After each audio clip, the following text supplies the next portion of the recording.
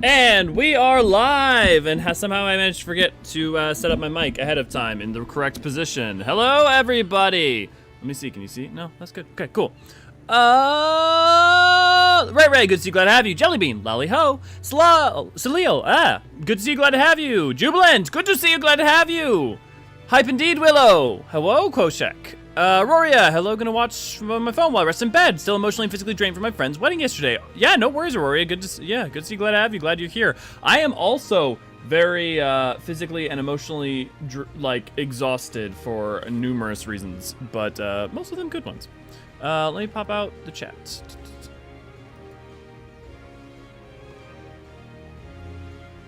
Come on.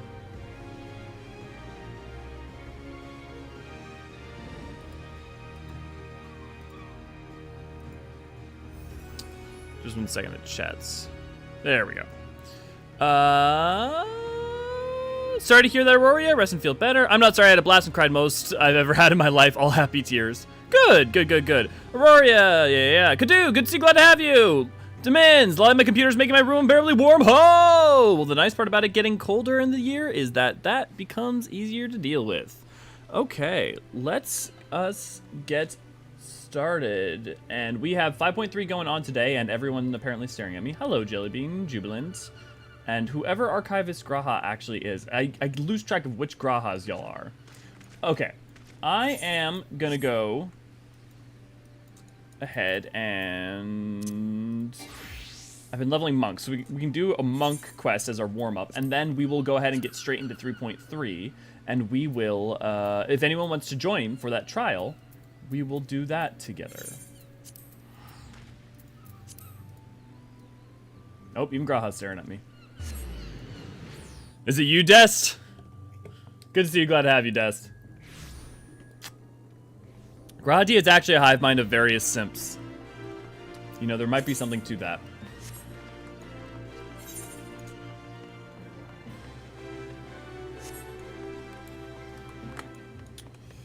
Oh. Oof. How's everybody doing? I tried to take a nap before this, and I somehow managed to still be frazzled.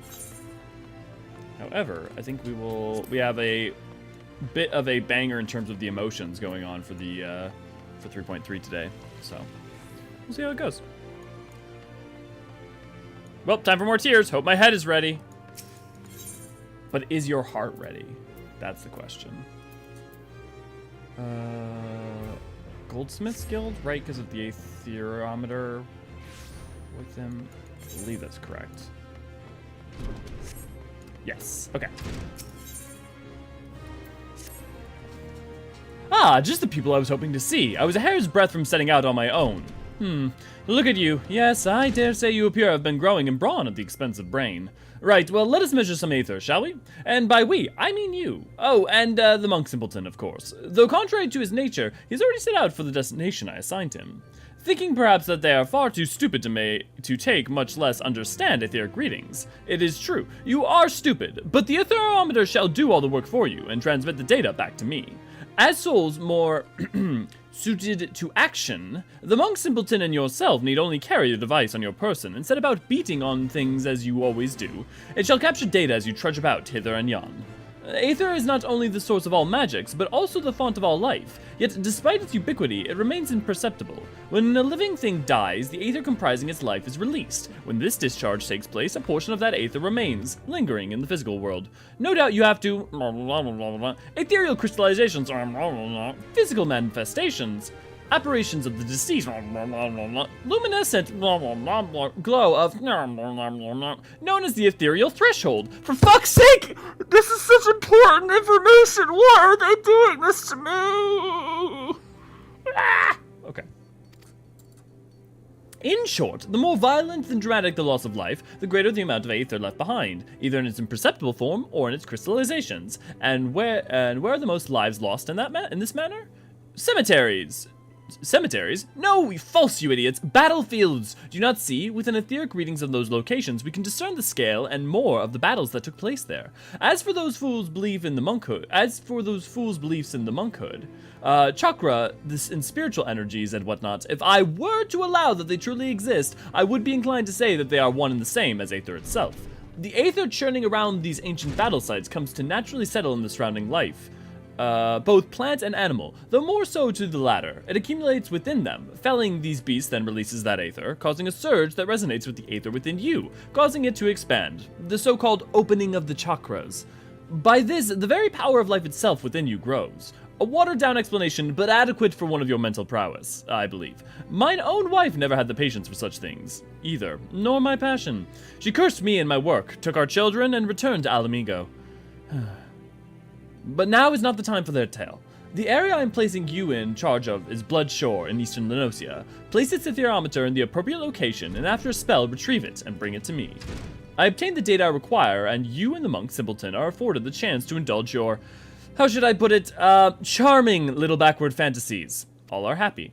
Ideally, I would prefer you have the knowledge or understanding of Bloodshore's history, but I fear we lack the time for me to educate you. I need hardly tell you my research takes precedence over your schooling. On to Bloodshore. John, good to see you, glad to have you. Shalali, good to see you, glad to have you. My heart is pretty strong from yesterday. My head just feels like a balloon from all my blubbering. Also, screw you, Eric. Yeah, if Eric was like 20% less of an ass, I feel like he'd be so much more sympathetic. It's strange to realize that the guild where you spent a lot of time was doubling for another job, though it does explain the random folks standing in the corner all the time. Yes. Yeah, the goldsmith is also the monk guild. Eric is so tiresome. Indeed. Hey everyone, how's everyone doing today? I think, you know what, I won't speak for some of you, but a lot of the people in my life are having all sorts of different kinds of struggles, be it suffering from depression or like exhaustion or what have you. So I'm doing pretty good, but like, I'm hoping everybody around me is, gets to feel better. Elio Himbo confirmed here first. What? Also, Issa, good to see you, glad to have you. I mean, I'm not even disagreeing. In-game Elio is too much of a himbo to comprehend Eric. Ah, there we go. That's where that came from. I should have read the mins first. Linkster, good to see you, glad to have you. Jellybean. Yes, obviously, a Charlian with the patron of Thaliak and rooted in the study of Aetherology is definitely too himbo energy to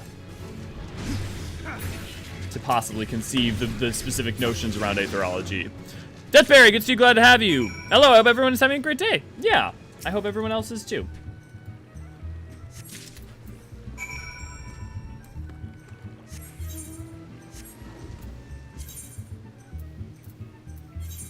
That was simple.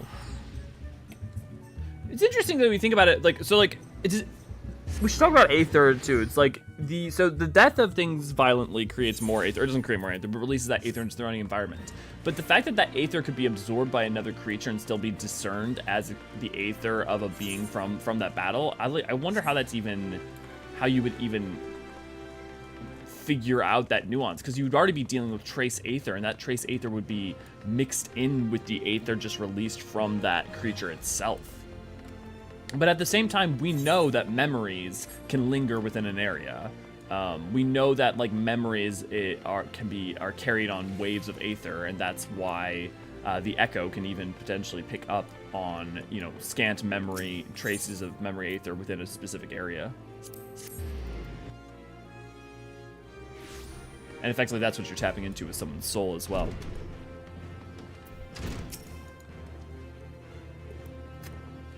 Have you brought the Aetherometer?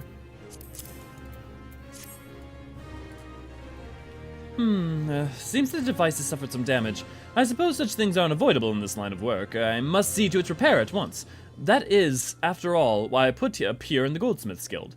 My Aetherometer is no ordinary device. I came here with the elaborate design myself, had the finest engineers at Garland Ironworks draft the schematics, and then commissioned the most talented goldsmiths to fabricate it.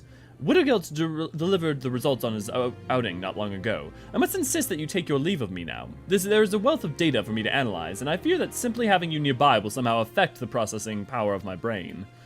Repairing the Aetherology and determining which location to next investigate will require some time. Why don't you go and train those muscles of yours, or whatever it is you do in my absence? I love that, like, that implicitly implies that Thunderclap was taught by, I mean, not literally taught by Eric, but, like, it's not like you talk to Wittergelt and you get it. So, I guess you could argue you trained yourself and that's how you get Thunderclap. Also, I love that Thunderclap is just straight up instant transmission. If it's up to any messages, I may have passed out. Sleep not faint. If anything, sleeping self will be lurking. Okay, thanks, Roria. No worries. Let's get one more done. Ah, dear Elio, so good of you to trouble yourself to come. Normally I might be cross, but my spirits are far too high just now, and it is you I have to thank. I speak of the data you procured, simply marvelous. You have a true gift for grunt work, my friend. I wish I had 100 more assistants just like you. I wonder if the Aetherometer was taking readings from the Battle of the Blood Shore. I've been in this field for a long time, and I've been alone. Ever since that unfortunate mold tea fungus culture incident sparked my passion for research. I regret nothing, Elio. Nothing. Save, perhaps having to share so wondrous a world with souls as unlearned as yourself. Still, your performance has not left me completely bereft of joy. It is rewarding to think that my instruction has guided you to such success. Then, how was it? Shall we dispense with any further pleasantries? Very good, then. I made yet another career-defining discovery while pondering which battleground to measure next. Eorzean is home to numerous locations where the Aether is an intensely chaotic state, yet which never played host to any war. My hypothesis was that such a flux in the Aether was indicative of a past battle, and all my research was predicated upon this. But turn the theory on its head, Elio, if your mind is able. What if the people of the past chose areas of roiling Aether to hold their battles? I have already sent the simpleton monk to take measurements at the fine sand banks. As you are doubtless unaware, this lies on the border between Alamigo and Gridania, and was the stage of the Autumn War. I ask that you find our monk friend and collect his Aetherometer. Manual and tedious, yes, but he has an early make of the device and is unable to transmit data. I gather the numbskull is in Little Alamigo in the southern Heavensward by this time. You think I ask much of you? False! I ask more! Your other task is to travel to Snake Moult in the South Shroud, and there take measurements with your own Aetherometer. I will continue with my research here in your absence. Mind you, if you care to know aught at all of the Autumn War and the fine sand banks upon which it was fought, I will gladly enlighten you. You need only ask. Let's see if he'll tell me. Yeah, Battle of Bloodshore. Very well, prepare to learn all you ever cared to and more of the land known as the Blood Shore. The Sanguine nomenclature derives from a truly horrific battle which took place there some 50 years ago. The two greatest pirate fleets of the day, the League of the Lost Bastards and the followers of Rykard Mistbeard, met on one another at sea just off the coast. To this very day, none can say with certainty who shot first, nor why. Mayhap there was no good reason at all. All know the two pirate leaders loathed one another, and when dealing with the pirates, little more than that is needed to ignite a war. By the by, it just so happens that the head of the League of Lost Bastards, one Bluefist, was father to the current Admiral of Limsa Laminsa. It is told that the old sea dog wished for his daughter to take command of the fleet upon his death. But that is a tale for another time. Suffice it to say, a shot was fired, and the mightiest pirate armadas in the realm came to fight one of the bloodiest naval battles in Eorzean history. All told, 7 galleys were sunk that day, and dozens of smaller warships. 4 of the 7 galleys went down in mere moments, when at the last the smoke cleared and the cannons fell silent, hundreds lay dead on the ocean's bottom. It is said that the foam of the tides was tinged red with blood for days after the battle, and bodies washed ashore for weeks to follow. So as you can see, geography and history are inextricably linked. Regrettably, the region has recently been purchased by the wealthy Ul'dan merchant named Gegeruju. He has chosen to turn a blind eye to the land's history and has taken to calling it Costa del Sol. And I believe I will stop there concerning Blood Shore and allow your feeble brain to process all that it has heard.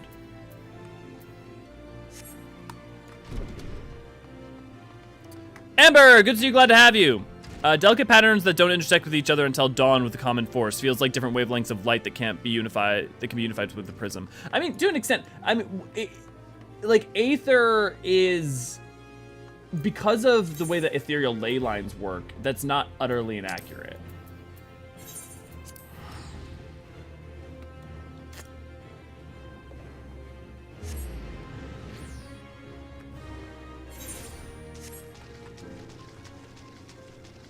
I'm trying to think about other ways to, like, prismatic light. I mean, like, especially when you think about light of different wavelengths. You know, you take white light and break into different wavelengths. You can similarly think about the elemental alignment and attunement of Aether and, you know, pure Aether, and then it's being sparked down to the different directions.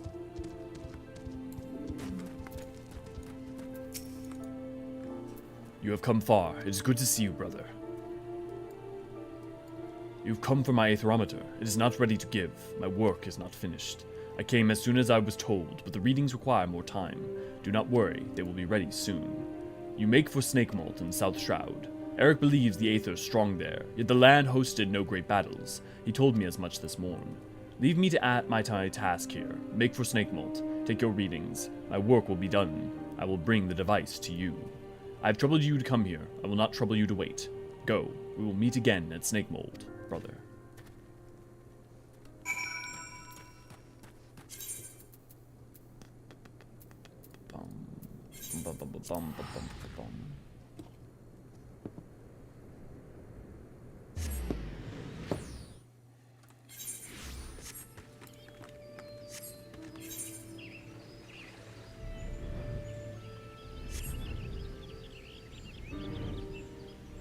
So this is the YouTube. We are contractually obligated to say like, share, subscribe, and comment, and join. Thank you, Ray Ray.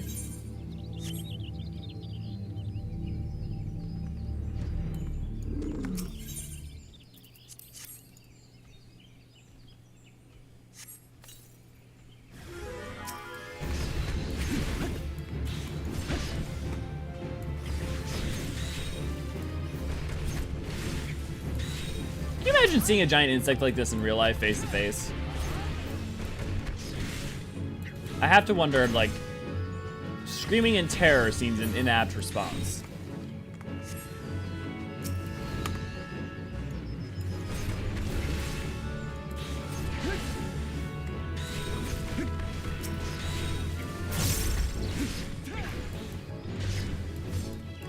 I would burn down the world. Yeah.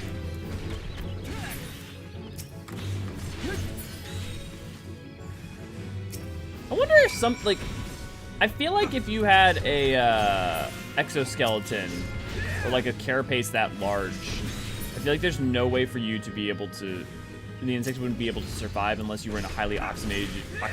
No. Oxygenated environment. Like, isn't that the main reason why we don't see giant insects anymore compared to, when was it? The Mesolithic? The pre-Jurassic? I don't even know what era it was, but there was an epoch where there were giant insects because the level of oxygen in the environment were much higher, which meant that they were able to, because the problem is they can't breathe enough through their exoskeleton, I believe. Oh, Wittergelt. Carboniferous period? Thank you, John. That would make sense. That would definitely make sense.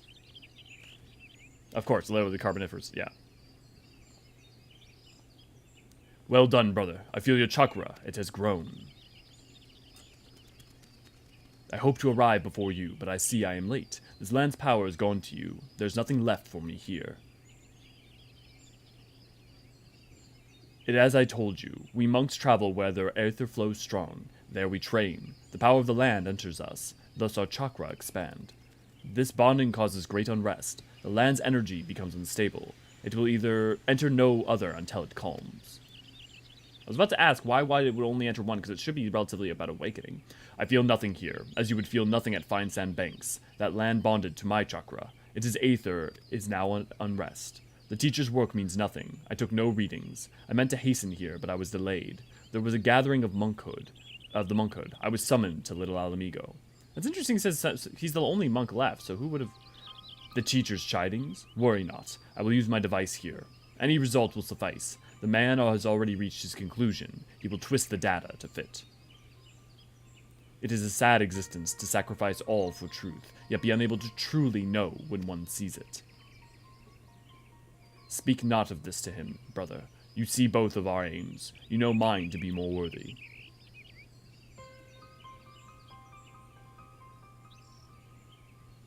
I tell this to you and you alone. I am of the Alamigan Resistance. I fight for freedom from Garlemald. Stormblood being set up? I escaped the occupation. I have come here to fight, to gather allies and weapons. But these lands sadden me. The people have forgotten. Alamigo is a distant memory.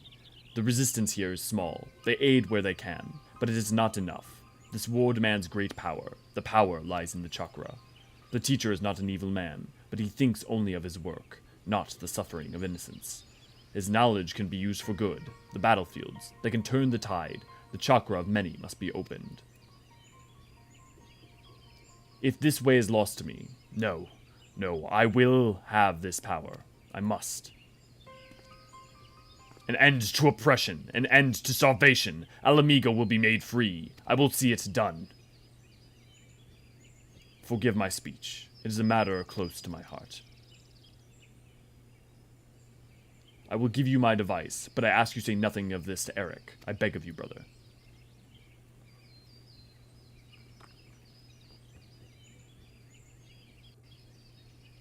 The only proper response is to Rod of God the world. What? Oxygen got up to about 33%. Lordy. Or in Eorzean terms, we had a surfeit of wind aether that led to the calamity of fire. That's definitely a way of putting it for sure.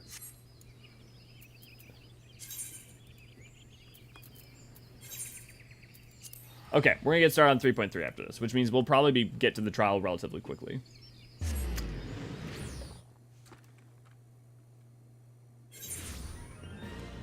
Here's an interesting question, though. Like, can you use wind aether to breathe underwater? Because, like, there's an aspect to which, like, is wind aether oxygen? Does oxygen exist in a meaningful sense if it's just, you know, like, how do people breathe? Do you breathe? You know, is oxygen, in a sense, umbral wind?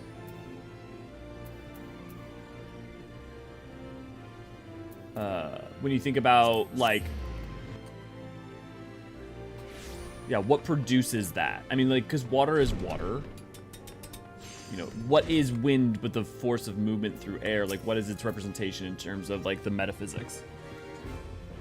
I trust you have returned with both my aetherometers. Please, tell me you fumbling dolts haven't managed to damage either of them this time. Oh, looks to be in order. These readings from your device, they look promising.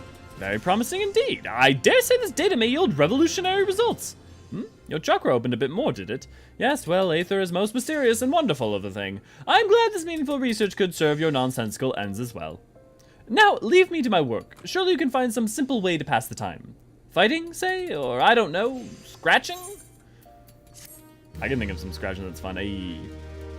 Sarah, good to see, glad to have you. Kathra, good to see, glad to have you. Does oxygen exist? Good starting question. I mean, look, like, literally, specifically in this game, it's specified that a lot of, like, elements, like, I don't know if it's mithril, but, like, some of them are made up of, like, earth and lightning aspect. So, you know, if, like, fundamental elements are made up of aspected,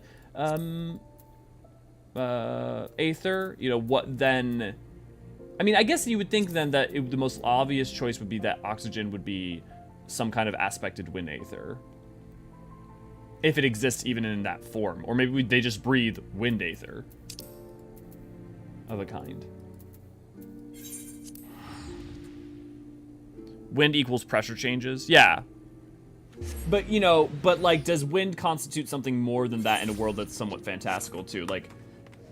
Because you can visually also see wind aether, right? It's not just like wind aether is that pressure differential, but it can cause that pressure differential. And also, like, when we think of wind as like just like stereotypical wind, in a sense that would also be more akin to astral wind rather than, I mean, astral wind would specifically be more like tempestuous even than that, but regular wind, you know, I mean, maybe is more close to its even-keeled nature. In real proto-science, the concept of phlogiston, oh god, I forgot, phlogiston, yeah, is what led to identifying oxygen. It was thought of as a source of fire rather than related to wind or air. Yeah.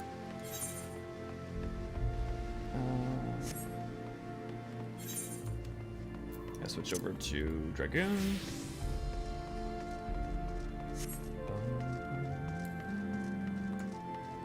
Artemis, good to see, glad to have you. Nah, you're good. This is why we do the little warm-ups where we do like the job quests and stuff at first, so that way people have a chance to get in if they're not able to arrive right on time. We haven't even started the MSQ yet. We're right about to. I don't know why I would come all the way around instead of entering in the... I think I could have just gone up here.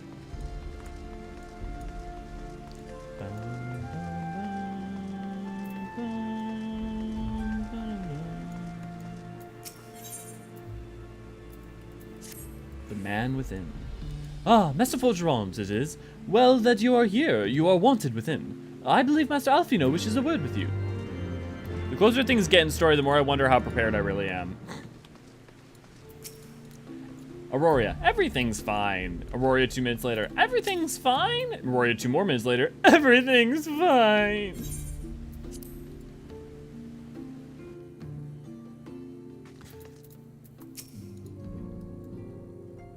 Gemini, good to see, glad to have you. Yeah. Ah, Elio, there you are. Have you a moment? There's something I would fain discuss. I must ask, do you recall the events which unfolded at the peace conference? Though I dare say you would sooner forget them. My mind returns again to the moment when Nidhogg appeared before the crowd in the guise of Estinian. It was a sight to chill the soul, but one which gave me the reason to hope our friend might not be on salvation. When you described his fateful transformation at Azel's Law, I feared him lost forever, but the mere fact that some semblance of his former self endures must surely count for something. Alas, I have no evidence to support this impression. Thus did I turn to Y'shtola and Kryle for a more empirical appraisal. And full glad I am that I did, for it would seem that they have some observations of their own to share. Oh yeah, the ladies have saved us a table at the Forgotten Night. Shall we go? Excellent. Let us not keep our honored colleagues waiting. Man, I can't read today.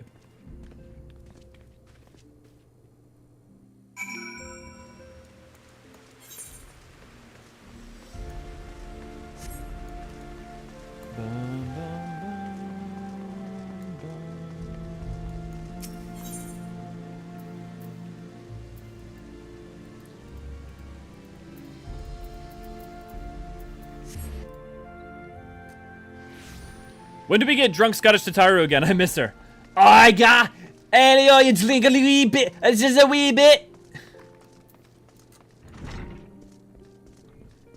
Tataru just walking up to you. Oh, they're gonna have to glue you back together in hell.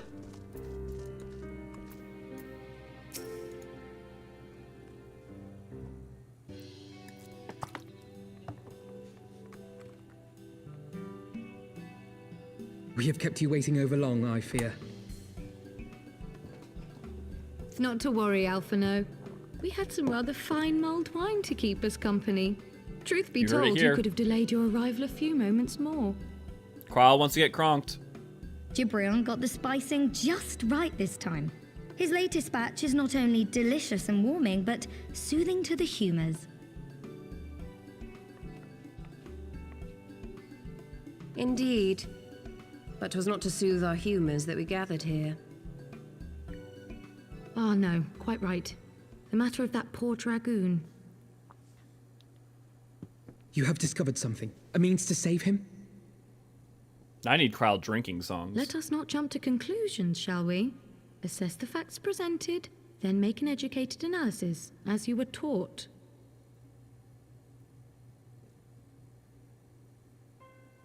Pray, cast your mind back to the moment of Estinian's transformation. Do you recall how you described it to us? You spoke of the sudden pangs which racked his body when he took up both of Nidhogg's eyes, and of how his form was twisted thereafter into a shadowy semblance of the Great Worm.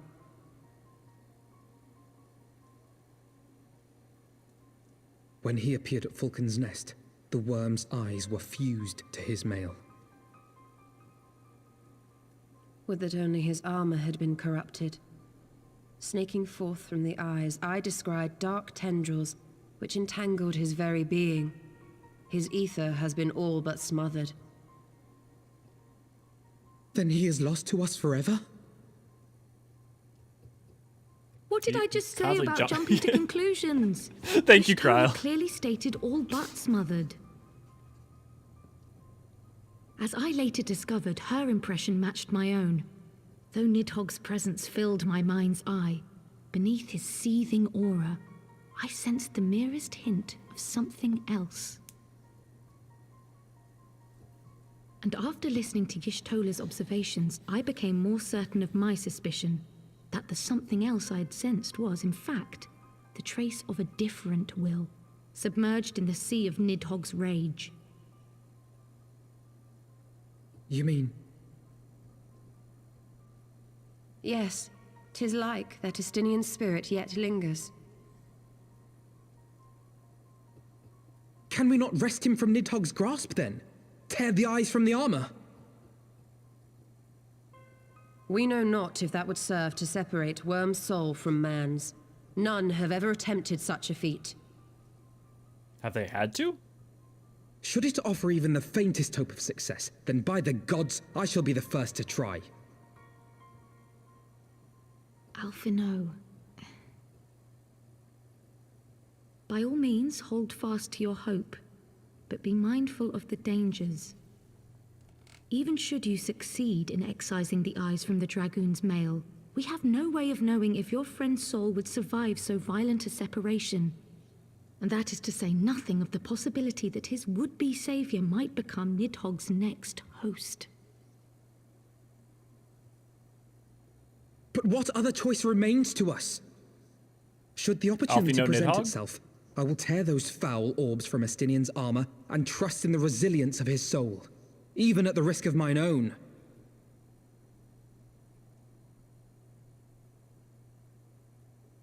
Synchronous. I found you at last. Nodding.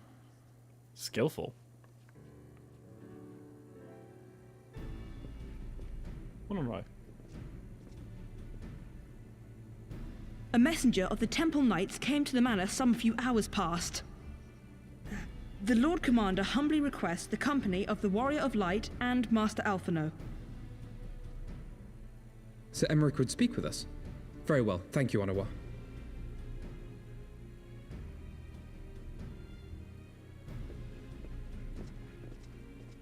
'Twould seem duty calls. Pray see to yours, and we shall return to ours. Thank you, Y'shtola, Kryl. Your words have given me hope where there was none. Come then. Sir Emmerich awaits.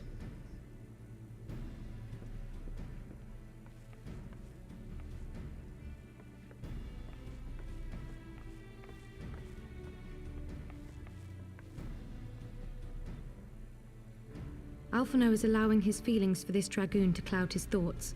I worry he may do something rash. Keep an eye on him, would you?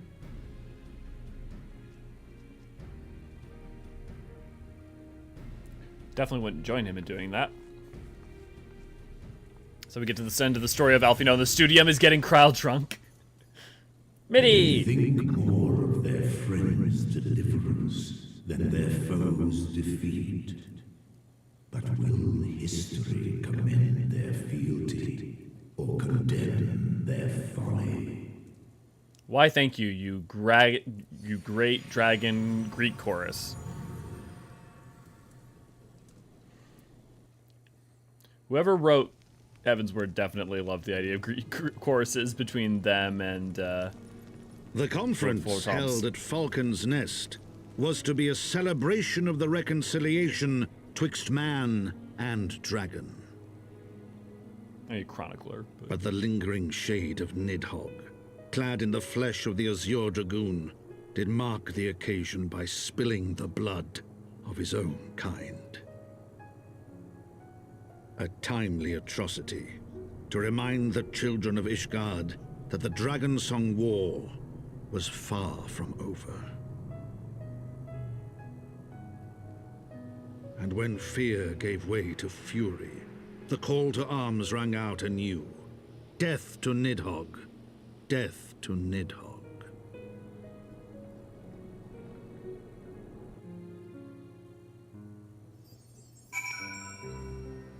It's okay, Kryl, we've got plot armor. I mean, to be fair, though, we're not saved by plot armor that many times. Like, we are, but also, like, when we are is also done, there's, like, a lot of interesting causality for it. So, like, for instance, when we're saved in, what is it called now? But basically, in the fight against Ultima and La Habrea.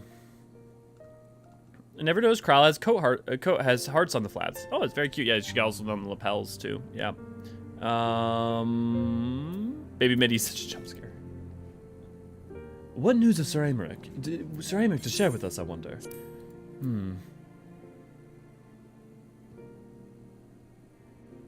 Of aiming, of healing, of casting. guess none of those are particularly useful. Might Sir Aymeric perchance have received word of Dravani in advance, or mayhap they have located a that is to say, mayhap Nidhogg has been found. Come, I would hear what the Lord Commander has to say. Do a super chat, make Ellie say world shot in the solid verse because it makes Deadpool happy. I wonder where Deadpool is. Usually comes down about now.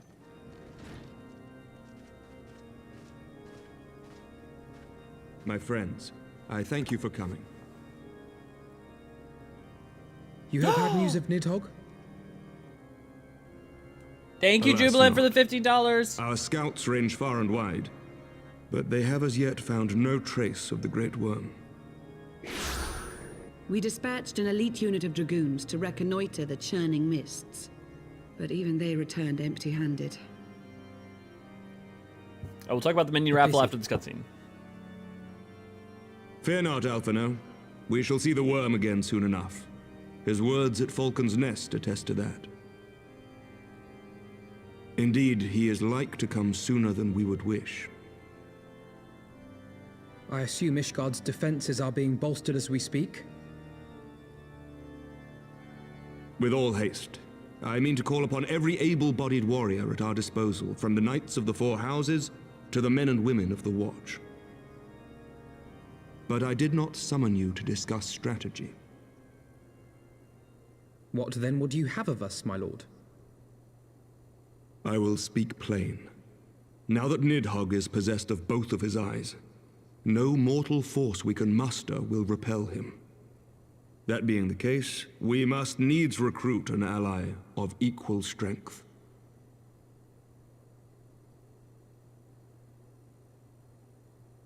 You speak of Hraesvelgr? I do. To whom else could we turn? That he is Nidhogg's equal, I do not deny, nor can I name another.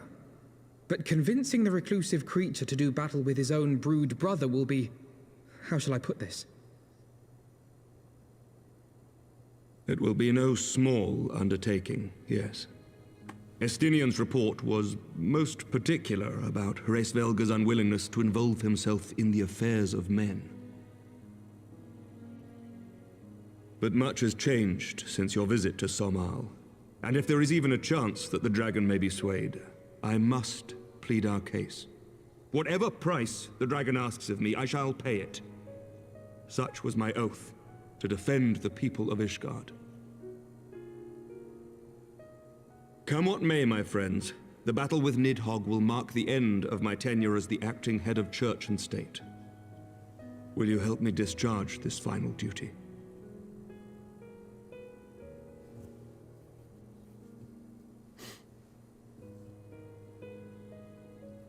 We will, my lord, though I fear our involvement offers no guarantee of success. Come then, we will depart at your leisure. Thank you. Both of you. The city is yours, First Commander. He's My in Game lord, of Thrones? we shall pray for your Oh, he's swift not in return. Game of Thrones. Yeah, about to have Aymeric gonna get red wedding, then Lucia's gonna go with him if he was in Game of Thrones. Have the blue wedding.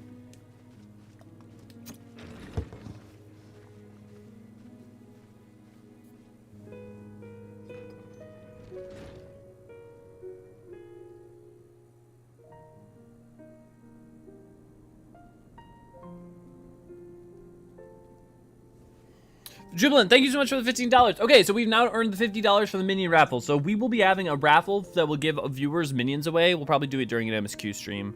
Or maybe we'll do it on a community stream. We'll see. But in order to sign up for that, you just have to be at the stream. So make sure to do that. And we'll probably go from there. The other thing is that currently the website is down for gifting for Final Fantasy XIV, so we will have to be doing that around November 1st, because I believe it doesn't come back up until around the 28th or so. So whenever it comes back up in the first stream that makes sense, we will be doing a minion raffle. And we'll have about 10 minions, and we'll be able to get some for everyone.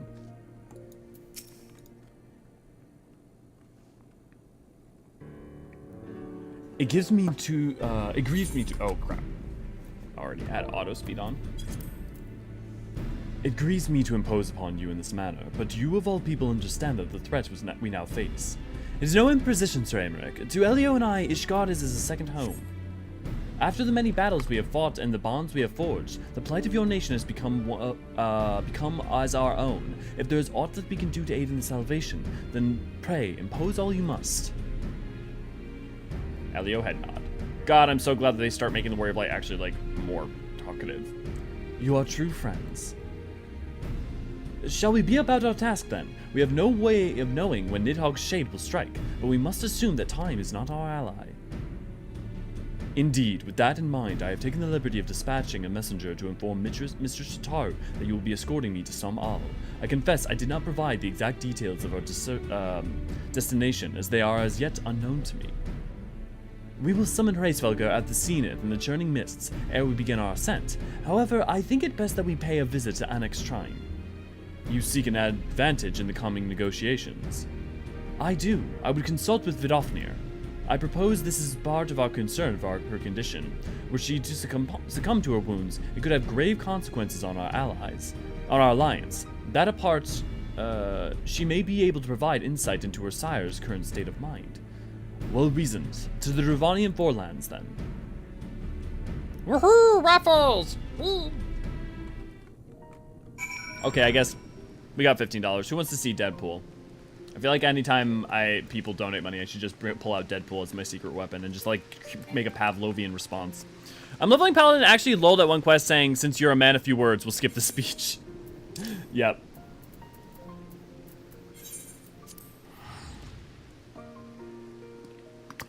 Honestly, it's around Stormblood they start changing it, and especially in Shadowbringers On.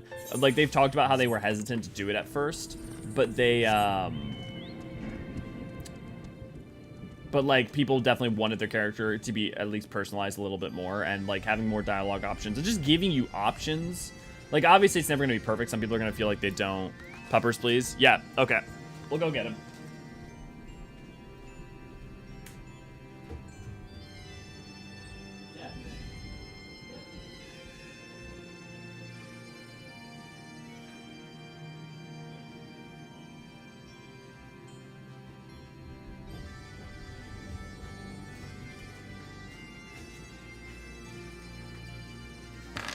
Come on. Hi. 1, 2, 3. Oof. Good job. You wait for the good people? Yeah, I know you want to know. Gentle.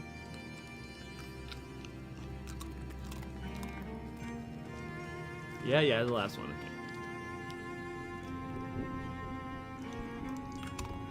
Good job. Oh, you're warm. I don't want to let him go. He's warm. It's very cold down here. Do you want down? Yeah, okay, you want down. There you go. Okay, back to fighting dragons and to Diminz's waifu.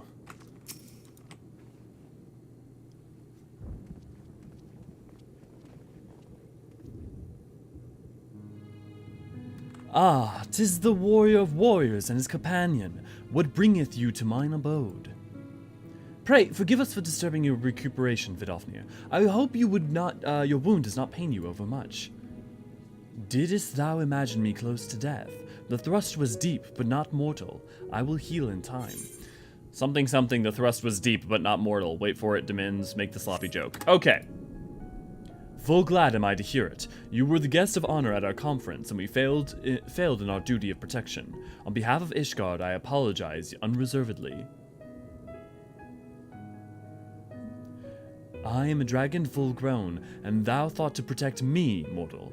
I was tempered by the fires of battle ere thy great grandsire learned to crawl. Thy words do remind me of a knight whom I called friend some 1,000 years past. He swore to defend me from... No. He swore to defend me from harm and hardship.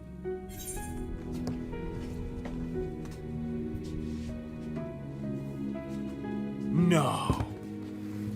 No.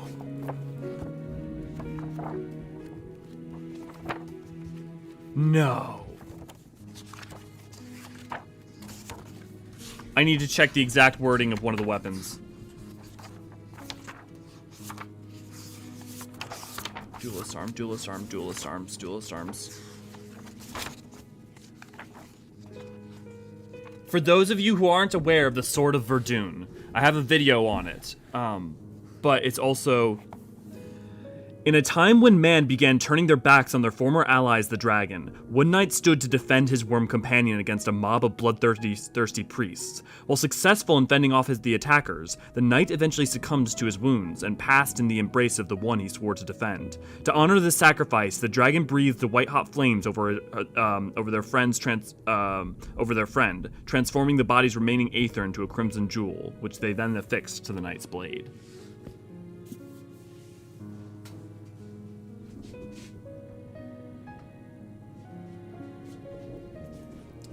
Maybe that might have been, Vidofnir. Sloppy, my queen is still recovering, please get her some soup. I wander off looking for a baking pan and miss the pupper. Oh, Sarah, I'm sorry, if you scroll back a little bit. Also, Deadpool, maybe we can get him to come, if he comes back. Deadpool, bud. Okay, well, if he comes back. Too easy. Ooh, correlation, exciting. Yeah, lore gears are churning. No, what? We're all sloppy now. Sloppy now. Oh, Jiblin, thanks for the 5 gifted subs. Everyone, enjoy your emotes. I want to see those emotes. Tis true. Yeah, Jubilant, thank you. Yeah. So, there's a chance that the Verdun... Now, the interesting thing is, I believe, if I'm not mistaken, I just looked at that, and I think that they referenced the dragon as he once. But I'm gonna go look at the Japanese, because I wonder if there's no pronoun being denoted in the Japanese, because sometimes what happens is unknowingly, that gets... a pronoun gets thrown in that's not gender neutral when it's localized into English, and when that happens, it may not have been in the original text. A great example of this that happens is in Bloodborne. The hunter's bone item was in Japanese gender neutral and is clearly supposed to be actually for a female character, but in English they used a male pronoun, just not like they defaulted to it, which makes the entire lore of Bloodborne around that item very confusing. Thank you, Ray Ray. No, Issa. Yeah. Would that we could return to the area of peace when man and dragon knew such comradeship. Would that our every efforts to do so were not undone by ancient rancor. For truth there can be no peace while Nidhogg's shade yet lingereth. That much is plain, yet we lack the strength to banish him. Thus do we make for some all to beseech the aid of your sire once more. Folly, thou know as well as I how he will answer. Racevelker, hearts remain unchanged then. A pity, but if our folly is to hope, I'm content to die a fool. As hath ever been a way with thy kind, go then, but be warned, the shade's presence hath driven its minions to the frenzy. Thank you, Vidofnir. We shall not disturb your rest any longer.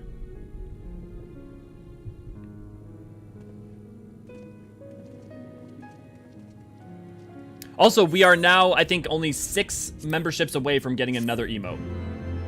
And I'll let you guys pick what the next emote is. We could do like Elio haha face, or we've got like a bunch of ones over on the... Sadly, Gay Bulge is not done yet, but it will hopefully be done soon.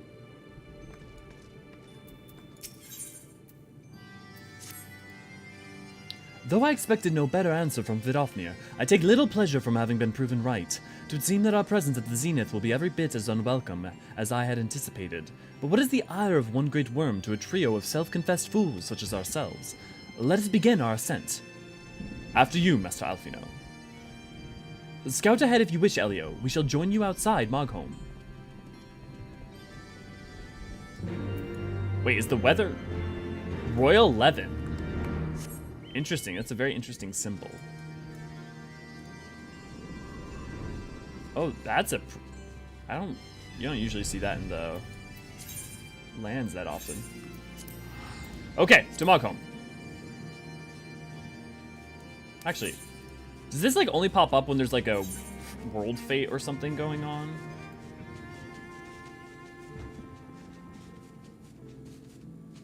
I wonder.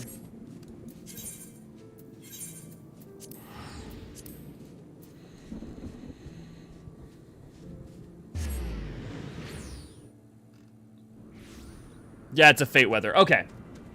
That makes sense. Like the fact that it's a creature symbol and stuff.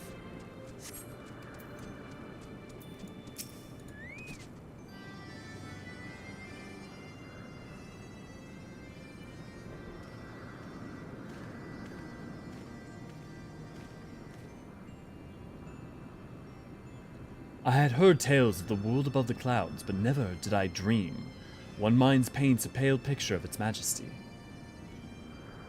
Few live to see such wonders. I am reminded of my first visit to this peak, where Sinian and Ysael yet walked at our side.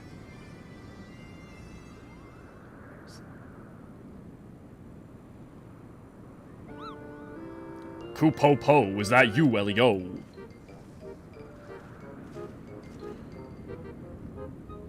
Ah, if it isn't Maga... Maga... Don't tell me you forgot my name, Kupo, after well we've been through together. But at least you remember me. You do remember me, don't you, Elio?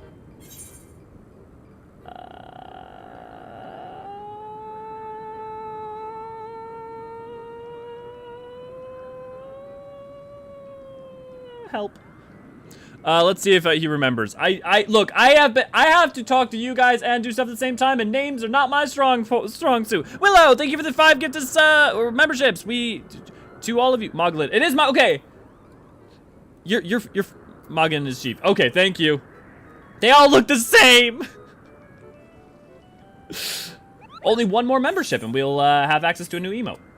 How could you mistake me for the overstuffed throne woman? I'm Moghan. You demons! I trusted you!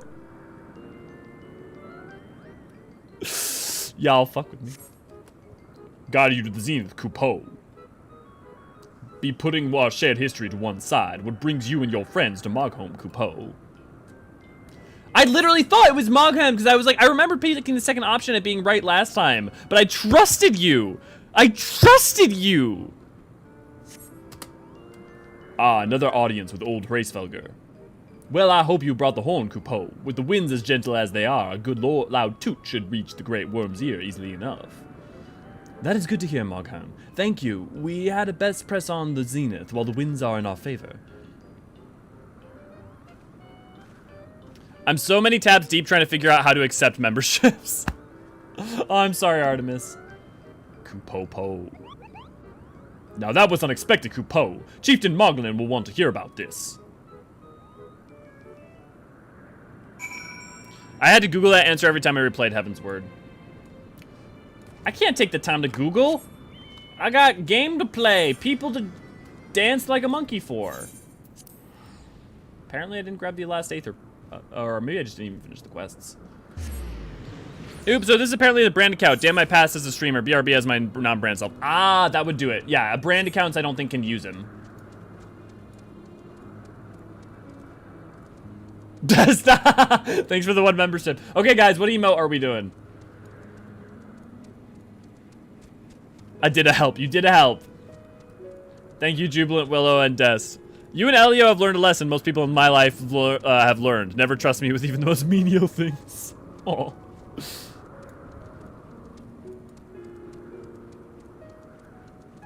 Double brooms! Indeed, Willow. Indeed. Do we do the laughing face so y'all can laugh at my ass when I do dumb shit?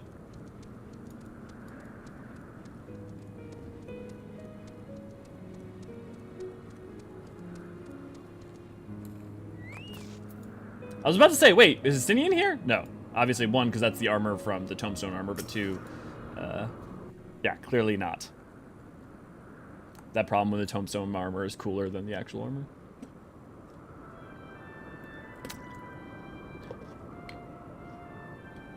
Don't worry about me over here just giving that horn a toot.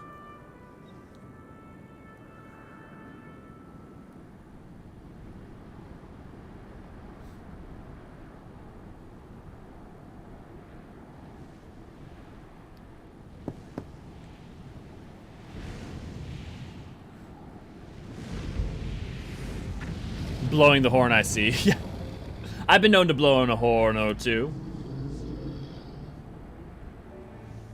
You dare summon me again, mortals. Great Hraesvelga, 'tis not lightly that we beg this audience. Pray hearken to our words, for they concern the future of man and dragon both.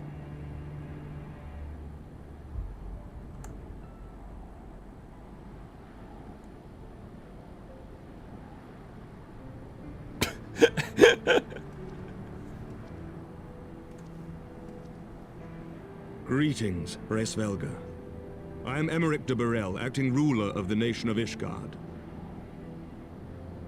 It's Burrell, I not come Boreal. before you to parley on behalf of my people.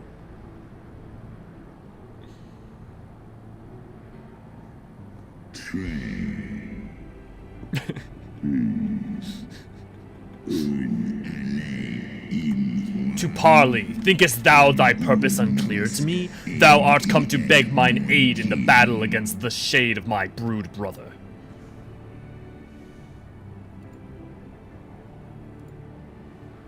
This is what happens when the church isn't around. Foresaw mine intent. People start blowing the dragons.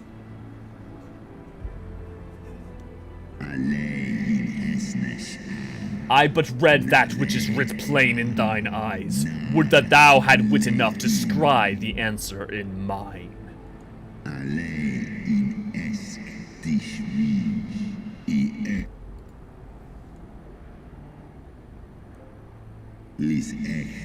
Hey, get out! Got him. Thinkest thou Nidhogg was alone in despairing at the murder of our brood sister? Thinkest thou mine old soul did not cry out for vengeance? Know then, upon that accursed day, my heart did wither in my breast, and thy kind became unto me the harbingers of despair.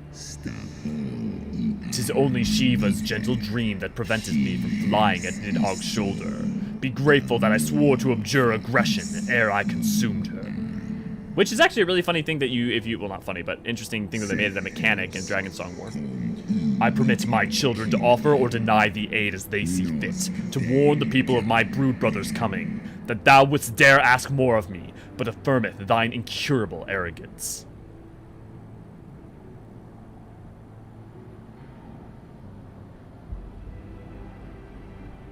Greetings, hours as zero. We Same understand picture. that in your Can't despair at man's betrayal, you seek only the refuge of solitude. Artemis, it is really easy to make like a Despite duplicate your that's basically protestations of not that, spent faith, so. Do you not still nurture the smallest flame of hope? No.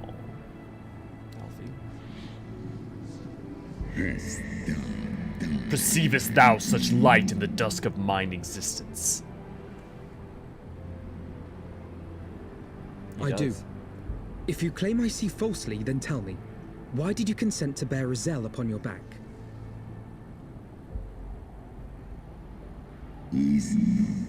Ysael, piteous, deluded Ysael. The child did lament her past sins, and sought to balance the scales with her remaining days. 'Twas her unquenchable passion, so unlike to that of my beloved, which did spur me into flight.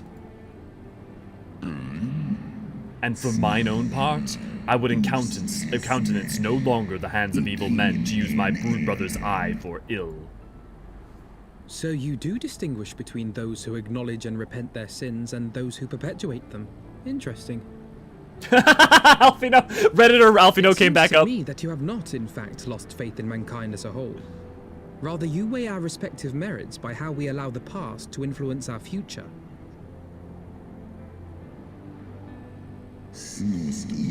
Spare me thine idle sophistry, even were there a mote of truth in thy reasoning. What of it?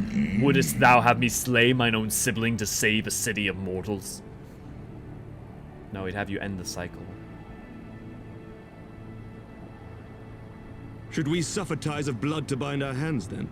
Nay, if the crime is one of unconscionable evil, we must needs condemn it, even should the transgressor be our closest kin. When my father corrupted himself and his followers with the power of a primal, I beseeched the warrior of light to slay him, an act alike to patricide.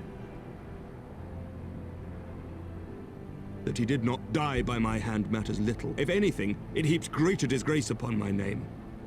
But had my father not fallen, he would have drawn countless thousands into a holy war of hellish proportions, which I hold the greater crime. Thus did I order his execution, sparing the lives of my people and yours. Alas, your brother Wyrm now prepares to murder those whom I sought to spare. What is more, he has taken my comrade's body for his own. But if I must slay my dearest friend to defeat my direst foe, I will not flinch from my duty.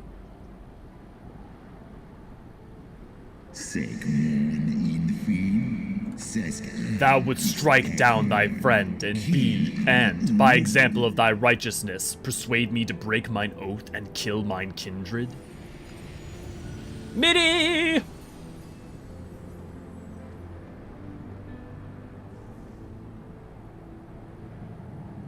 Midi saves the day. Heed me, my child. The servants of Hydaelyn envision a different outcome. They intend salvation, not only for Ishgard, but for the doomed Dragon Slayer as well.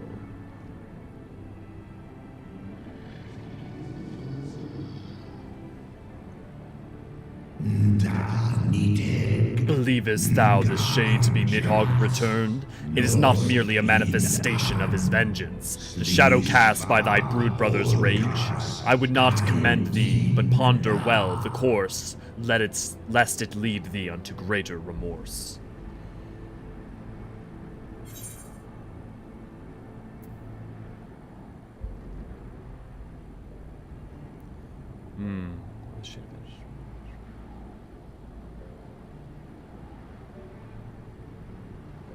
For a brighter future. While this shade of vengeance remains, the future will ever be uncertain.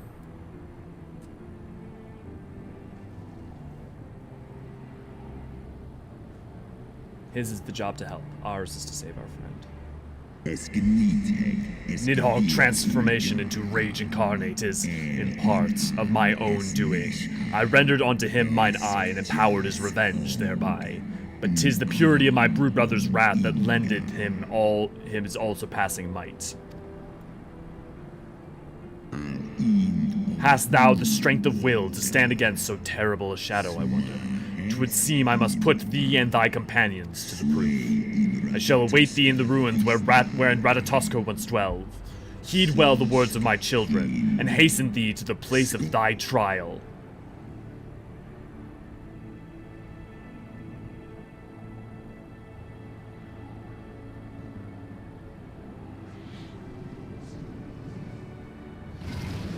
You know what's interesting? I see like more lion and tigery in his face than I do puppy. Or like doggo face. But I think most people see doggo. Honestly, Demons, more for your trials, go beat the fuck out of me. Let me catch up on you guys real quick. After. Oh, Moghan. Kupo.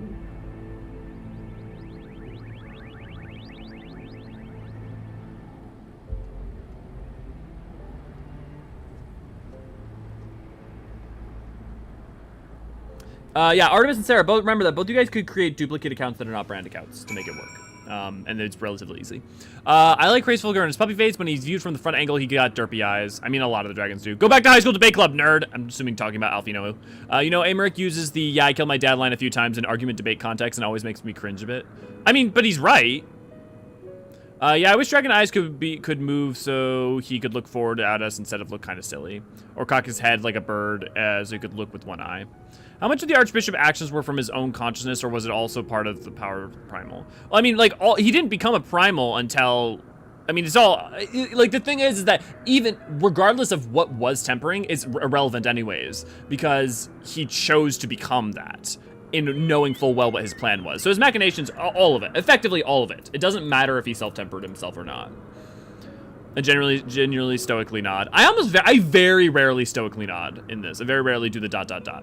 For your trials, go be up some kid. Why do dragon eyes in this game work on Naruto logic with their eyes? What do you mean? Well, because just...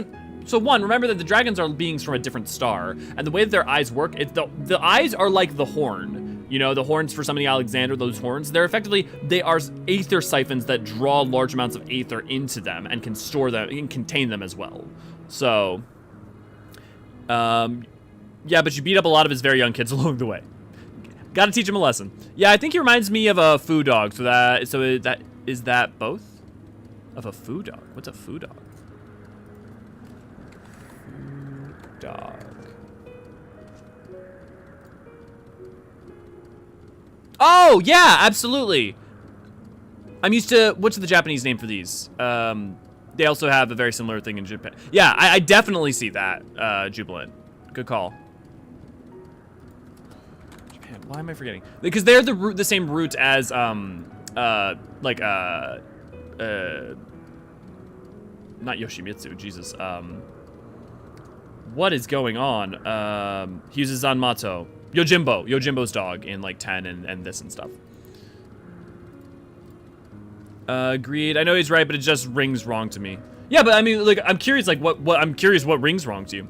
Also, remember, everyone, if you have any lore questions, I will gladly answer. Yes, thank you, Aurora. Yes, if anyone wants to talk about lore stuff, I would love to talk about it or try to either answer it or figure it out. I believe I've spied Wyvern landing out just outside the palace. It is doubtless one of the children of whom Gracefolker spoke. Come, my friends, let us not keep our escort waiting. Okay, who wants to come join me for the, dungeon?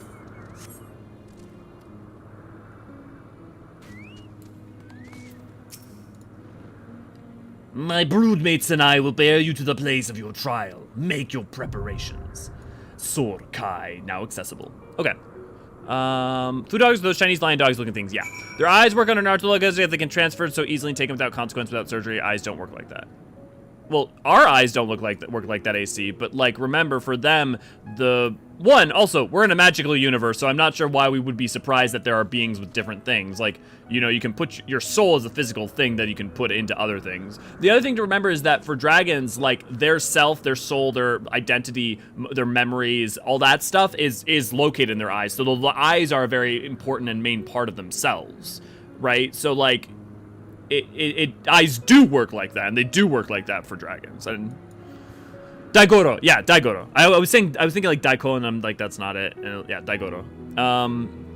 AKA Jimmy. Remy, good to see you, glad to have you. We have people at the tree already, take your pick. Okay, I'll head over to the tree then. I can just use return, I forgot. Want to see scantily clad archivist? Yes, do you? I could start taking off a button or two if you prefer. We don't have those yet. I lied, I'm putting the button back. But sign up for our Patreon anyways at www.patreon.com/Eorzean Archives. It helps make this whole thing more sustainable, as well as allows us to do things like plan for FanFest, because FanFest has been announced. Woo! Speaking of, who's going to FanFest? But yeah, it allows us to, like, you know, be prepared and get, you know, pay for travel expenses and stuff like that, and getting excited to do. Oh my God, look at all of you guys. Okay, who doesn't usually get to do stuff? Bean gets to do stuff. Okay, we got Graha and Jubilant down. Let's take Alara. Lord. And then we need a tank. Can I get a tank? I'll let you guys pick who. Except I don't know who that was. Oh, there you go. Hey! Well, if you're gonna be a tank, then it's perfect. There we go. Lord, can I get you on DPS? Oh, perfect. Thank you. Let's do Sorkai then. That was very easy. Oh, no, dungeons. There we go. This will be, I think, like the second time I've ever done Sorkai. Yeah, they're getting ahead of himself. What else is new, Aurora? I will try to go to FanFest. Yeah. How different would things have been had La Habre not been consumed? Also, did you say Daikon? Yeah, like the radish. Yeah. Still in bed, but wishing everyone the utmost luck with the dungeon. Thank you, Aurora. Gang's all here. The boys are back in town. What would have happened differently? Well, it depends, right? Because, like, are you saying La Habre survived that moment and went on to do other things? Well, you know, I'm trying to think about how to also talk about it without, like, spoilers, but I'm also thinking about, I don't know how differently it would have played out. Because of his weakened state, defeating him would have still not that been different than defeating most other Sundered Asians. Oh, I love this music. Oh, that was the wrong button. I'm also gonna see if there's any reference points we can find for Tusker.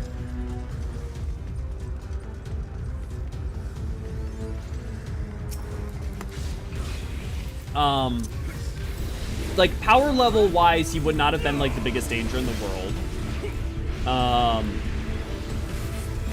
I think a lot of the actions of Elidibus and M itself would have played out very similarly. He may have aided them at specific moments, but but he probably still would have been doing his own thing. I honestly don't know how different it would have actually ended up. I think the real interesting question is, and I feel like I can talk about this, it's not too bad of a spoiler. It's not really spoiling much, but the question is like, is he around after the events of Shadowbringers? In which case, does Fandaniel act the way Fandaniel is allowed to act? And I don't know that, and that's, I don't know. I could imagine a world in which he may have, you know, La Habrea might have sided with us if that plan had still been set in motion. I would love to, but money is also never travel that far. But money and also never travel that far before, much less by myself. Well, I mean, one, I would say that we're trying to get like caravan plans and stuff together. So like, we could try to find carpooling stuff to like save costs on that, as well as, you know, if as someone who usually can't afford a room and stuff, finding people, you know, we could try to like figure out people who could collectively get one group together, especially like you don't mind maybe sleeping on a floor, sleeping on a couch.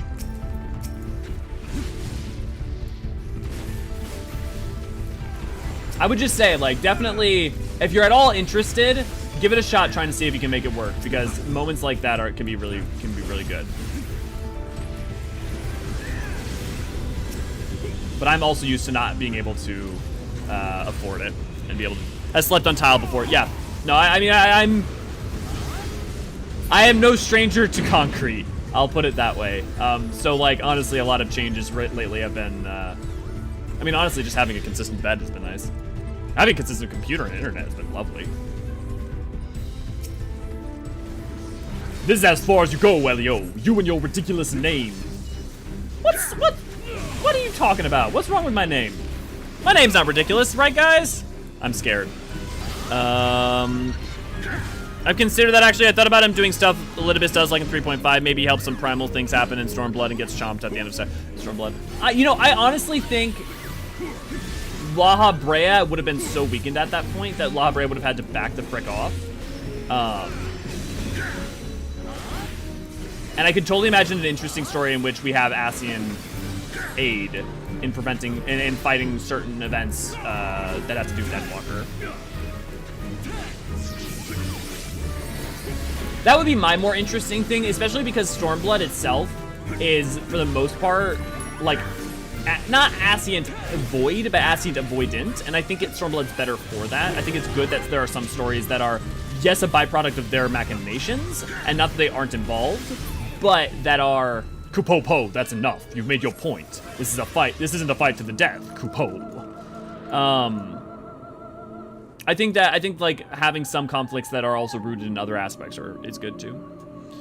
Too many reasons I can't go. I hate long distance traveling and I have nothing to wear. I'm content watching live stream from FanFest. Okay, well we will be either like we will be also like putting up content and stuff as we go along is the plan. And I have multiple cosplays planned.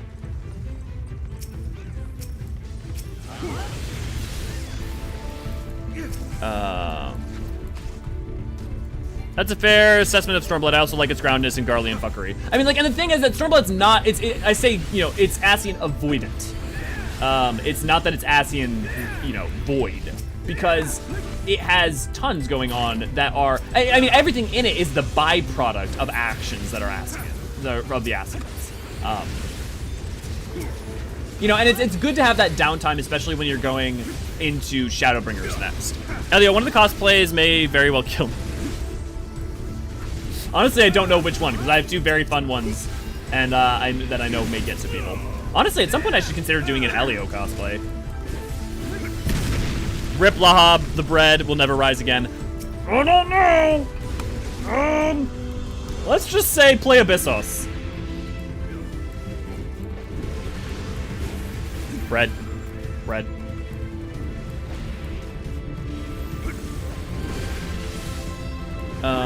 It's not ridiculously long, I can say that much.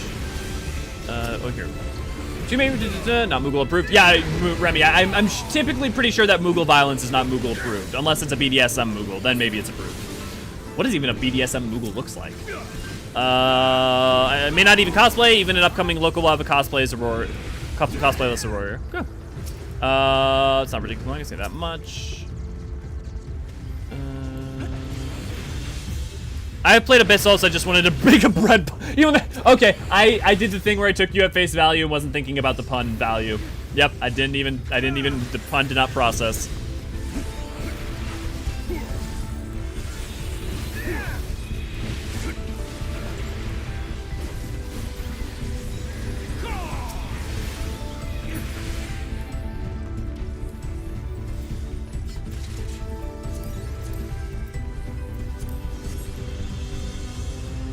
Horrid images of BDSM Moogle may have just crossed my mind. Horrid or arousing?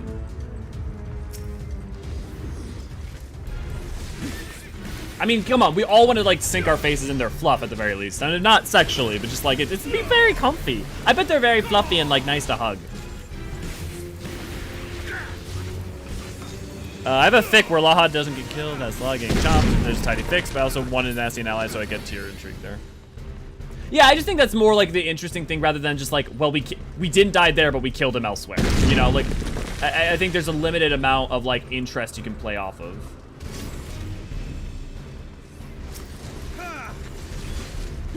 Man, that reminds me of fighting Scarmiglione. Oh, that was the wrong button.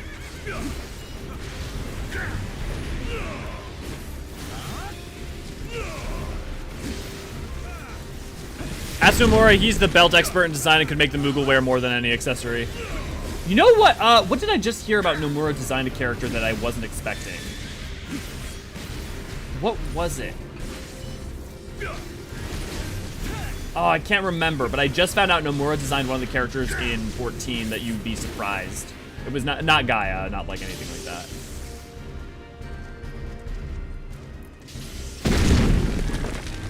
Have to drop other friends. We all have fun in the rest of MSQ. Yeah, thanks, Jubilant.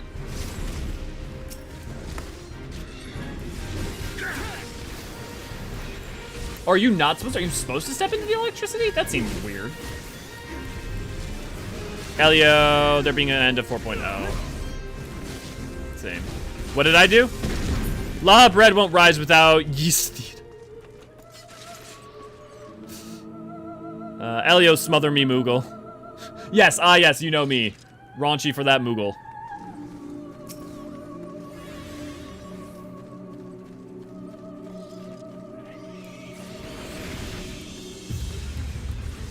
Oh man, I hate when they like have beautiful like weather effects like this that only get used in like one map.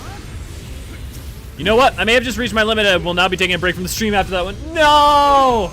Apparently I'm pushing people away rather than entertaining. Gotta have that mug. Does UGP dress up every FanFest? As far as I know, because 2016 was Black Mage, then there was... Thou hast wreathed my trial thus far, but I am not convinced. Meet me to the last. He was Samurai after that, and then he was Gunbreaker, then Reaper. I don't know what it'll be for this one. Probably whatever the new job is. I'm thinking Caster, but we'll see. Hey, whatever floats your paw, whatever floats your paw.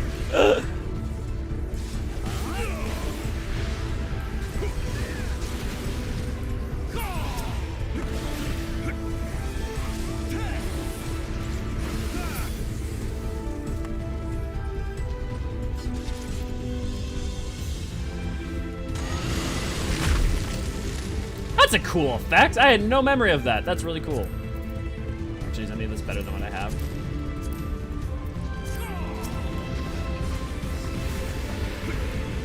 I think I have Tombstone gear, so nothing should be.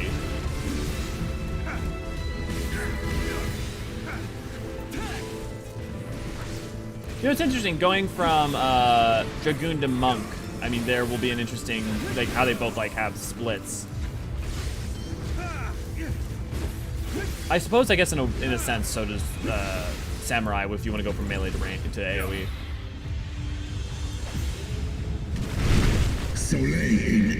Nidhogg will spare thee no clemency, and thus neither must I. Speaking of bread, I could go for some cream bread. Oh, now I'm hungry. Guys, I gotta start. Okay, Ray or Issa or someone, can you remind me to like eat before streams? I get so caught up in like working or trying to do something else, and then like I'm here, and then Issa inadvertently has to get me something, and then it's a nightmare. Because, well, not nightmare. I mean, it's wonderful, but I just want a chance at seeing Byakko kimono. I could die happy. I mean, we could just get you a custom Byakko kimono. That or some milk bread with custard cream filling. That actually does sound delicious as well. Oh, I need to practice my Gobble speak. I was thinking seriously, monologues converted to Gobble speak would be hilarious. So just anyone doesn't have to be strictly FFA. If you're talking about like doing like written lines, I have a document I can send you, Artemis. That is literally all the rules of Gobby speak.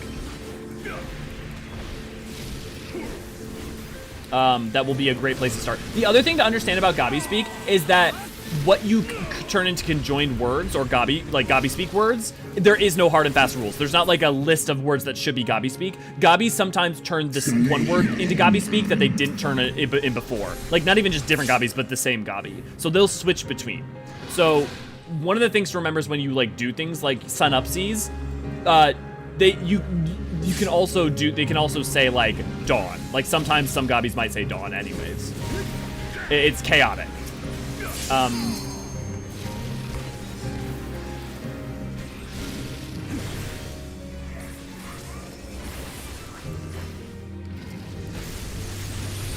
Gobbies just go with the vibe of the moment. That's like just true. That is emphatically the case. Oh, we have a limit break.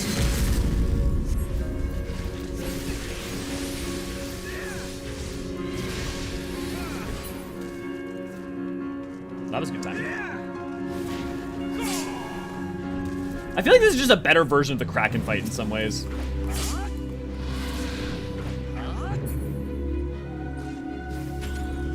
Whoops. Just a little bit too early on that one.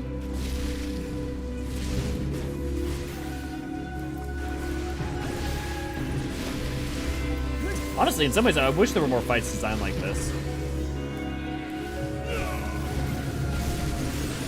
More platform-based stuff. I mean, the problem with platform-based stuff, if you're not gonna do it right, it sucks.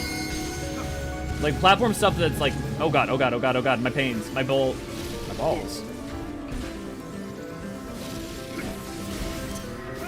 But if a platform fight that is fun is a good time. Hey, we did it. I mean, Sugar with the power of money and his address. You should eat before streams. Thank you, Issa. I see you're pulling a me. Where you ask me to remind you something, I just tell you to do it right away. Yeah. Oh, now I want some fluffy pancakes. Ooh, pancakes. Issa on food duty. Issa is always on food duty apparently, and I'm afraid to take advantage of it, and yet also, like, humorously can't not comment on it. Gobby cosplay would be interesting. I could definitely do a Gobby cosplay. You know, ask me from the build the back and just do the right.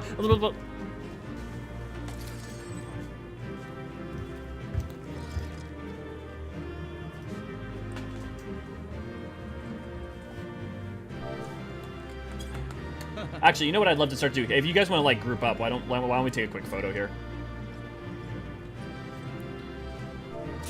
Can I get you guys close in? A little closer. A little closer. Perfect.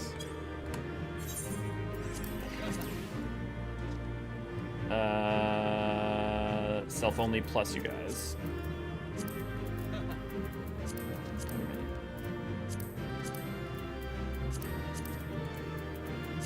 Turn off actions. I want to get a smile.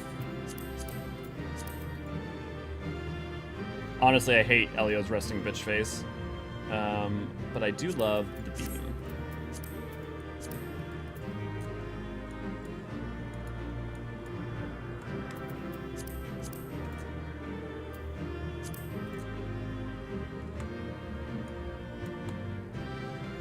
Let's make sure we get everyone in there. No, we can just pull out a bit. Yeah, perfect. Okay. And then open. Let's go back to beam. Okay, I'm gonna toss that in screenshots real quick.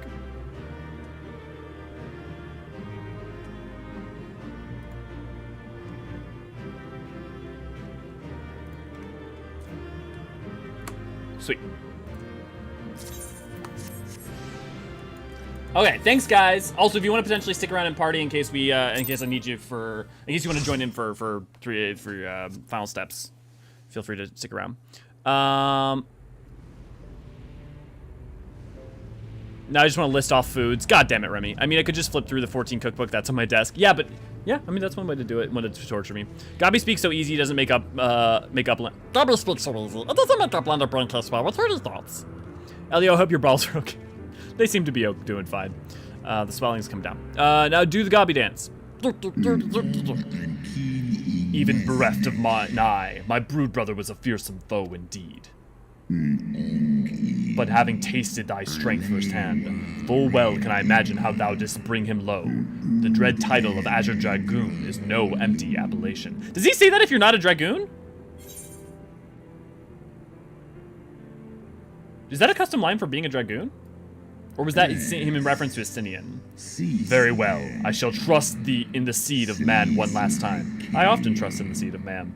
By the deed shall the flickering hope that lingereth yet within my heart be kindled anew, or extinguished forever.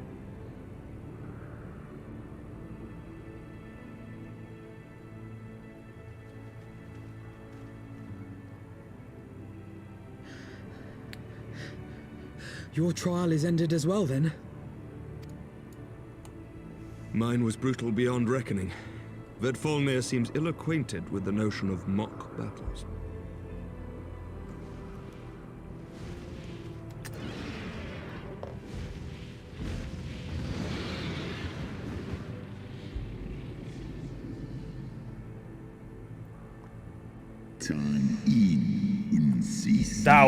That you yet stand as ready proof of your determination, mortals.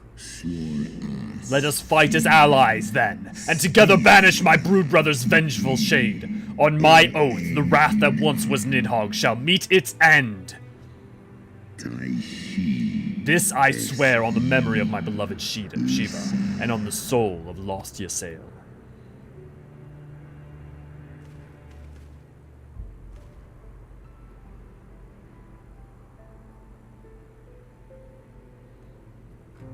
Recently I've been listening to the Final Fantasy XIV rendition of Dancing Mad due to the organ. I have to say it's more creative than I first thought. Organ music is so grandiose that fits the themes like Heavensward. Yeah.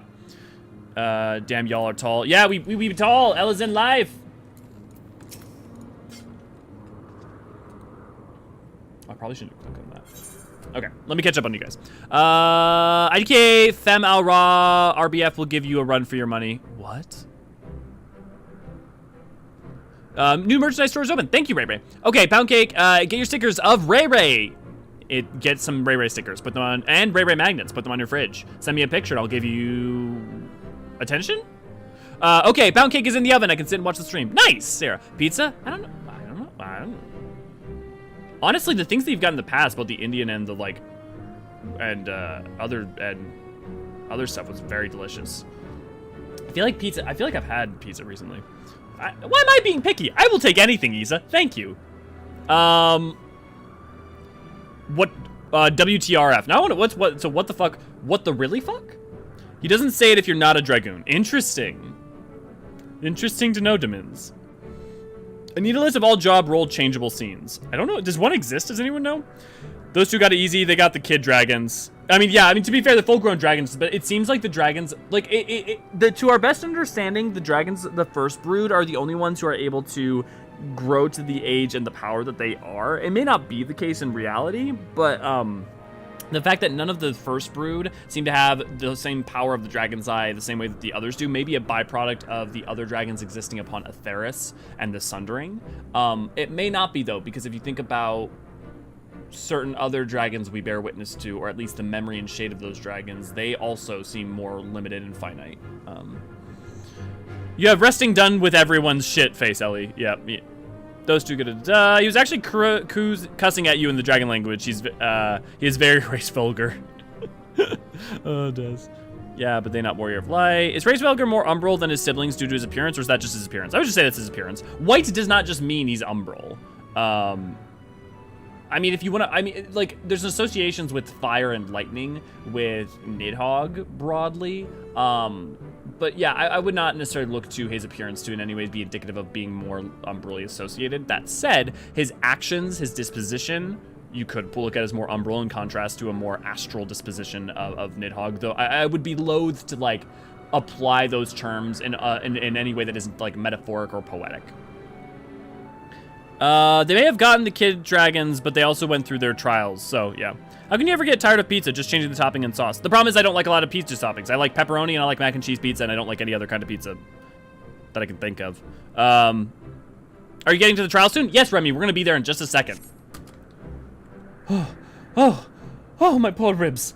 Hraesvelgr saw fit to pair me with Vidofnir, but her ferocity was such that I began to wonder if I hadn't simply imagined her injury. There's a slight delay, so I'm waiting for Demins to do the emo in 3, 2, 1.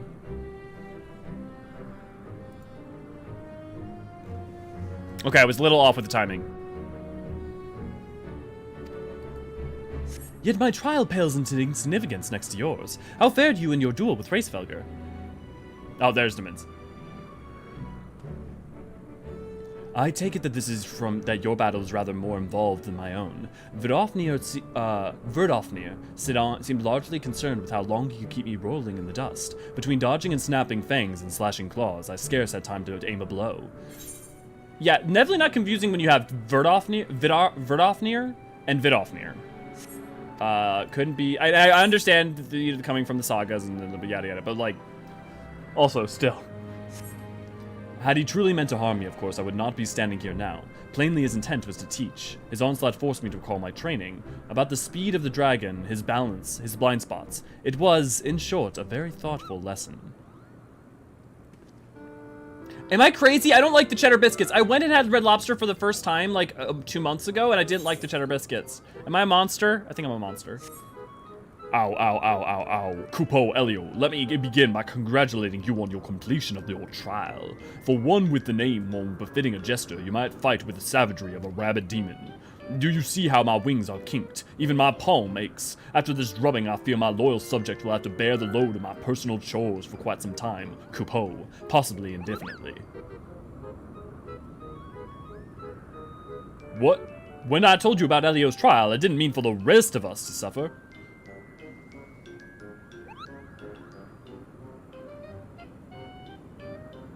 That's triple shift for you, Moghand.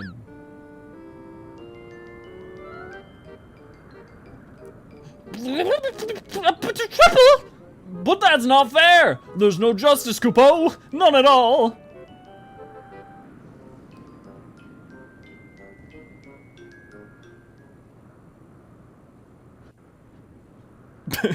Issa, I don't even know if you're making a pun now, like a saucy pun or not. Our negotiations proved rather more strenuous than I had anticipated, but the results seem well worth the effort. Demins. Dragon vs. Lawfell, whose family name similarities are more confusing. The battle was indeed hard won. Thank you, my friends. I would never have earned Hraesvelgr's cooperation had you not seen fit to grant me yours. In my opinion, dragons. And I can explain why after. 'Twas your stalwart heroism that moved the heart of the Great Worm at the last. Any gratitude I can offer is but poor reward for your continued service to Ishgard. Angel, good to see you, glad to have you, and yes, for some reason we decided that to be the Moogle voice and it's stuck. 'Twould seem our final reckoning with the dread worm is at hand. I only wish we had some inkling as to when he means to strike. Look, I mean, Ishgard isn't exactly not Whoopsall Eorzean. Oh, how convenient the timing! I only wish we knew when he meant to strike.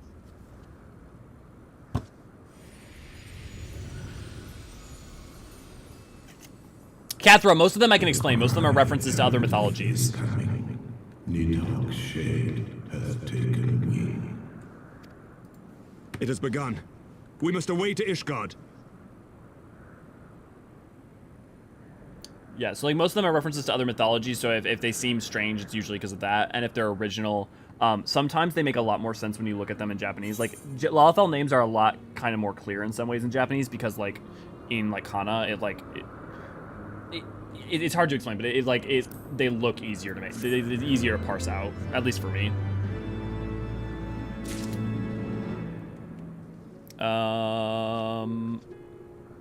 Artorial and Amarek, I noticed, don't use shields. Also, Vidofnir and Verdofnir. One seems harder to pronounce than the other. Yeah. I mean, but you also like Tiamat and Tiaman. Yeah, you monster, you don't like their biscuits. I know, I have a problem. I went there like being like, oh, I'm so excited to try these cheddar baked biscuits. Everyone loves them. And I'm like, no. Nah, man, the same for me. I just want a biscuit. I don't want the cheddar in it. You know, I love cheddar and I love biscuits, but cheddar biscuits, you know. Ishgard will not last long against Nidhogg and his horde. For those of you who'd like to join for his final steps of faith, I will be at the tea tree in a second. We must away.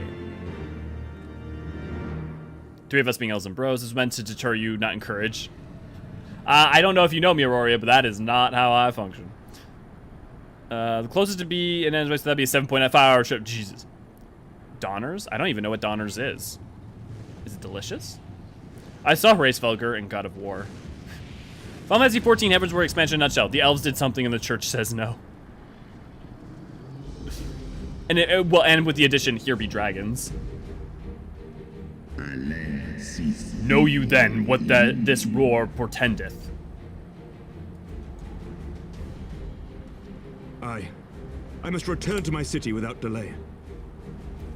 Let us stand together and defend Ishgard as one. Then we shall lend you our wings. Let us meet with Nidhogg on the field of battle, and together bring an end to his wrathful song.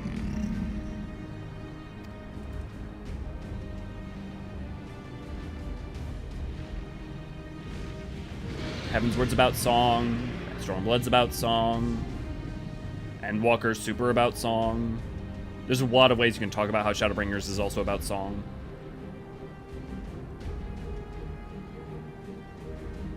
That sounds...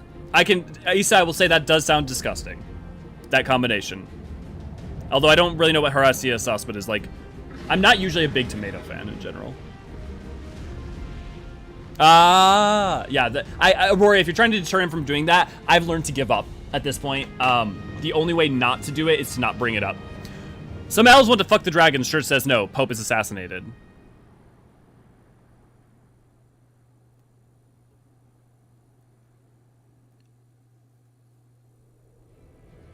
Immigrants save the day is the only thing I would tack on, I guess.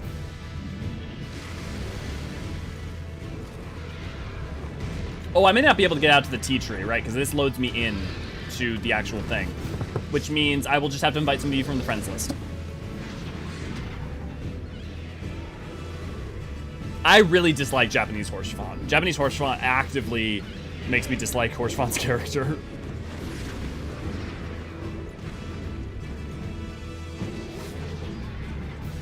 What about those apple pies? No, I hate apple pie. I don't like fruit and baked goods together. Oh, Lucy, you're such a badass.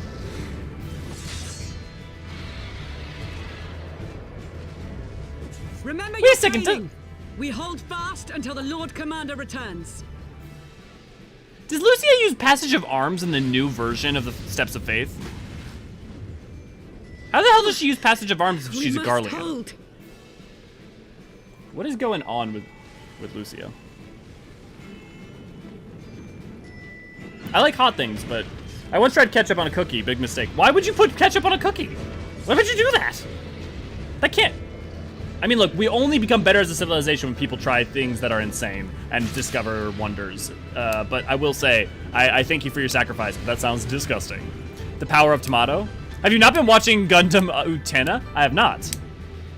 Why would you pair tomatoes with cucumbers that aren't a sandwich? Honestly, I don't like ketchup is like one of the few tomato things that I like. This cutscene cinematography is so good. Yeah, they obviously, like, half of 3.3's budget went to this cutscene. Not actually. But clearly they handed this off to someone, like, when they were starting to do work, and they were just like, you go focus on this for about 3 weeks, or 4 weeks. Actually, it is really impressive in some ways how many, like, non-bespoke animations they use in this. Reinforcements! By the Fury, that one is the size of Nidhogg. One would fucking hope.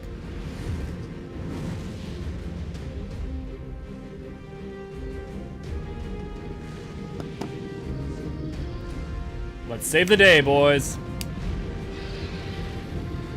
I'm kind of in some ways not looking forward to play Shadowbringers and Endwalker because I'm going to have to take the story far more seriously than I am currently because it means too much to me. Like, don't worry, I mean, this means a lot to me too, but... Lord Commander! I like taking it seriously, but I also like playing with you. You are late, Warrior of Light. A warrior arrives precisely when he means to.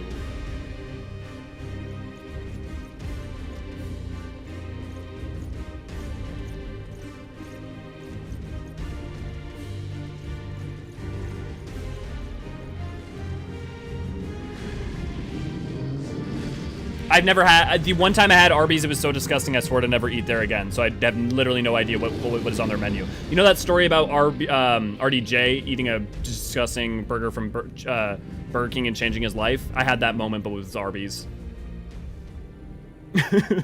That's my response to you asking me my Arby's order.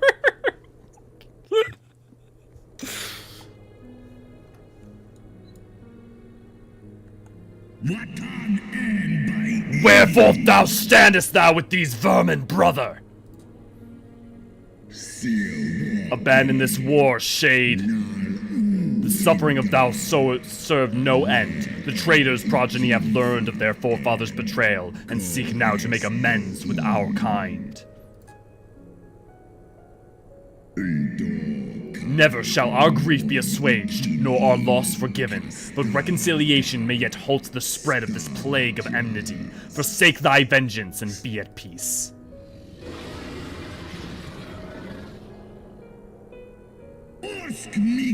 What soft-headed ramblings are these? Thy dalliances with the vile maid hath robbed thee of thy wits. Mayhap our cloying perfume hath made thee forget the stench of our brood sister's lifeblood.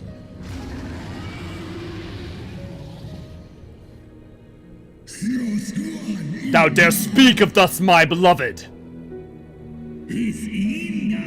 Ah, so the flames of rage may yet be kindled! I fear thy heart had fire long since gone out, but waste not thy fury on words, brother. Thou shalt, have need of it for battle!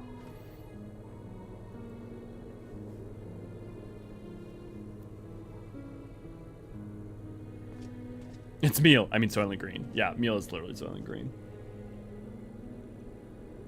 I'm just gonna get out of the way of this and let this go down. I would liken Nidhogg onto a pickle jar, as whether or not we defeat them, Hraesvelgr did loosen the lid. Hey, Purple! It's good to see you. Glad to have you.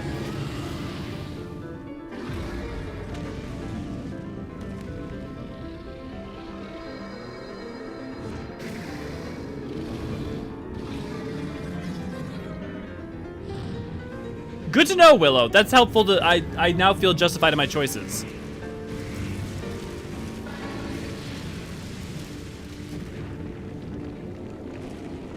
Yeah. Oh, yeah. Demons, you already explained that one. Yep. I love how they're just gonna have, like, a full, like, Count Dooku using the Force moment here.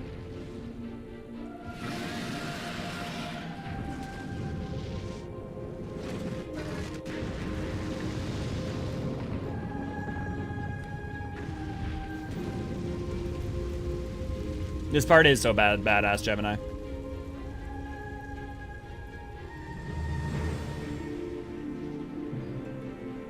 Did you know the dragons were psychic? Because Nidhogg had to be to lift that tower. It didn't have to be psychic. I mean, you see the ethereal manipulation around it.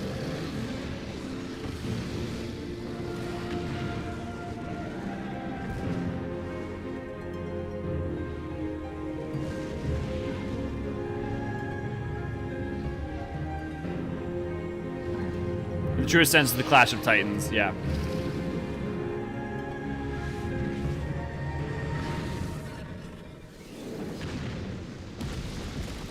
All I can think of when they do that is Mew and Mewtwo.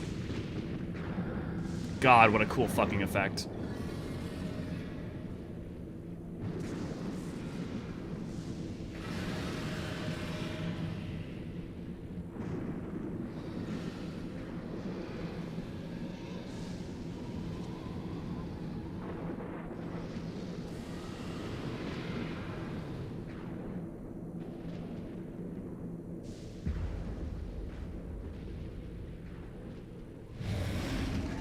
Get him! Fuck. Dude, having to animate those dragons must have been such a pain. They're basically shouting each other to death. I mean, yeah. Does Tracefelger grow back that wing? I'm trying to think about, like, in Omega. Does he show up with that wing healed? What a look. What a shot to end on. Yeah, he Fußwort da!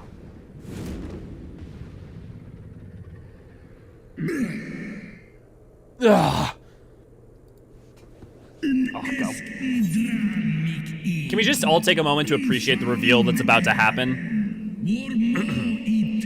Thou art weak, Hraesvelgr, a slithering worm who fawneth on the vermin, who should rightly be his prey. 4,000 years I have fought without cease, and thou didst think to prevail against me? Glory not in the victory, Shade. The battle is not yet won. My power and my hope I have entrusted to another. Oh shit!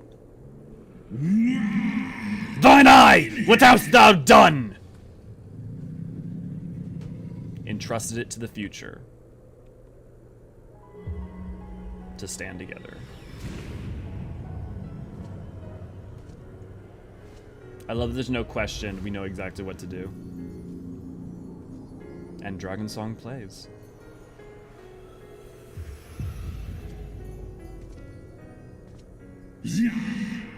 Fools, thou would trust a mortal with thy strength?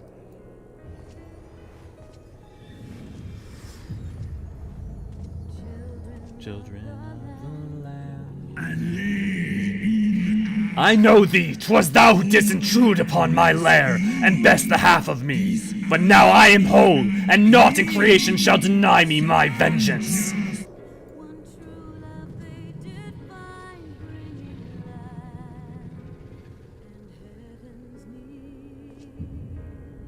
Let's put an end to this.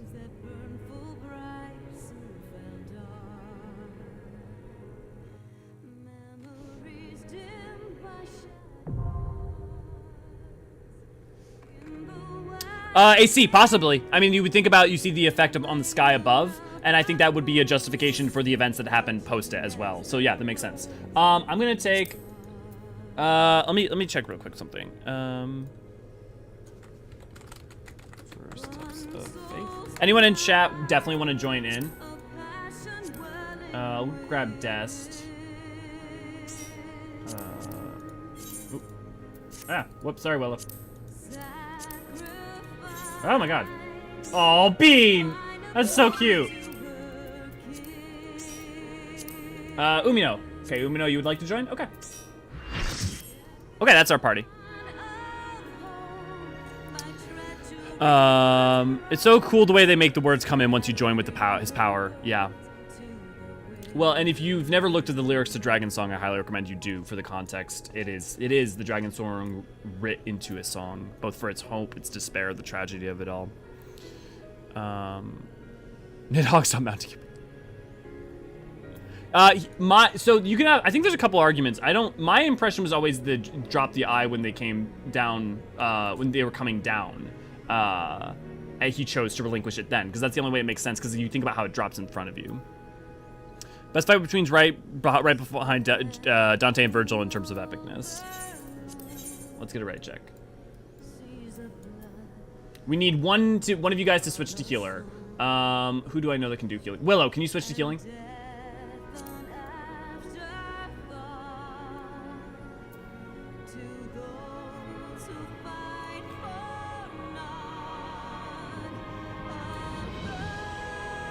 Is it that fun with min eye level, no echo? Do you guys want to do min level at non-echo? Let's do it. I'm down.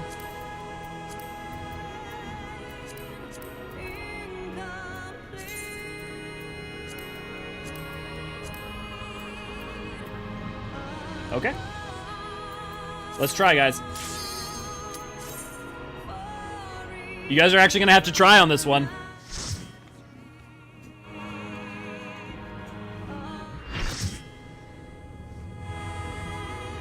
The final steps of faith.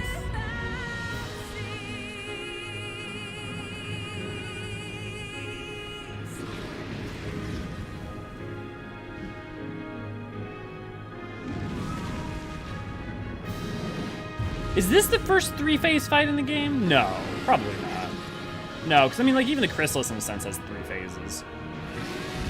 I don't know, that's 3 phases. Still 2 phases, I guess. Okay, let me equip. Everyone use food if you got it. Oh, that's the wrong one. Do I not have the right food? Oh, I don't have any food. Well, that's fine. Okay. Countdown, 10. Okay, guys, let's do this.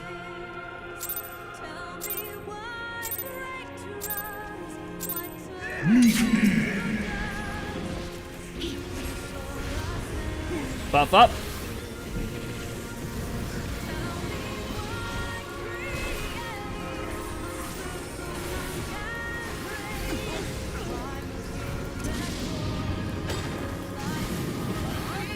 Out of the mid.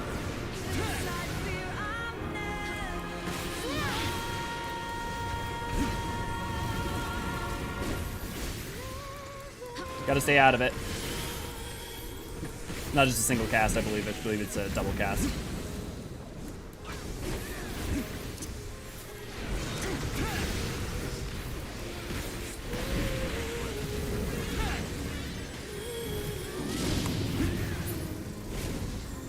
Alright. Get ready for the... Is this the summon? Yeah.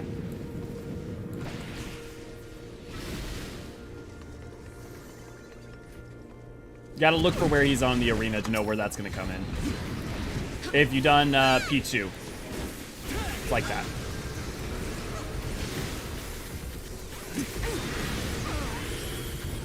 Try to stick together a little bit so that healers can AoE us easier.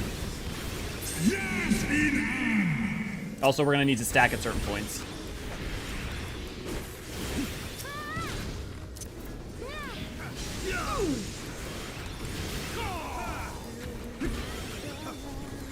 Face them away from us. Try to face them away from us. If you're tanking, you do not want to have them face on everyone because of the...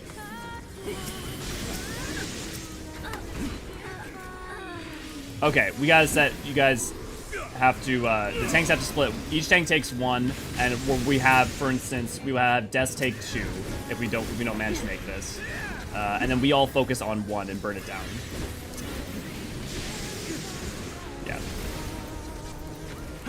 Des, can you take Shadow Phallic and point him away, because otherwise he's going to keep AoEing us. Thank you. Unless that is just arena-wide, in which case then we're fine anyways.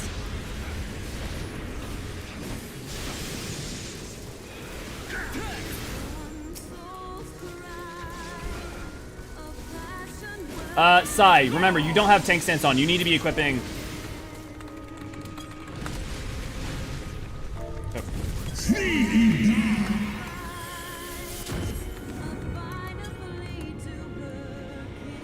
Yeah, because otherwise you need to be able, if we have multiple ads, you have to be able to pull the aggro. You're one of the people maintaining them.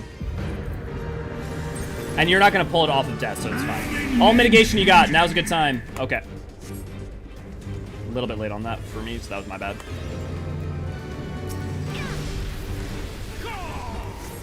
We're doing just fine. Hold limit break for 3, and then I'll go ahead and do it since I'm on DPS. Get away from him. It's going to be a double... Yep.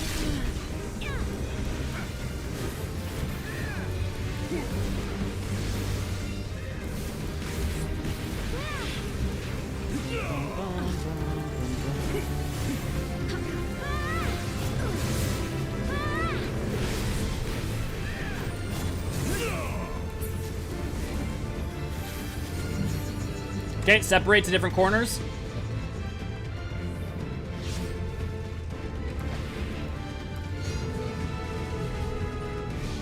Perfect, guys, that was beautiful.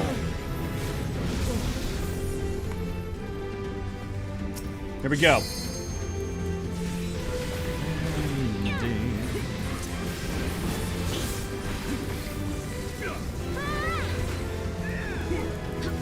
Get a heal on, we need a heal on, Dest.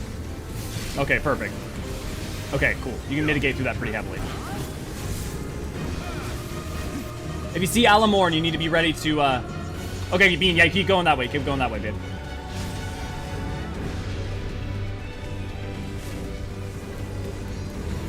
Get ready, there's gonna be a stack coming up.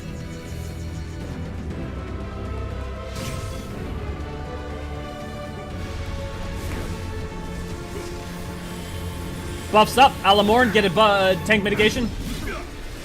Perfect. Another Alamorn. I don't know if we need to tank split that. I don't know if you have weakness. No, but we got a cover. Awesome. Awesome job, tanks. Healers, thanks for keeping it up. Everyone's adapting great. Okay, I need all mitigation. Yep, here we go. Okay. Try to heal if you got your heals up, if you're DPS.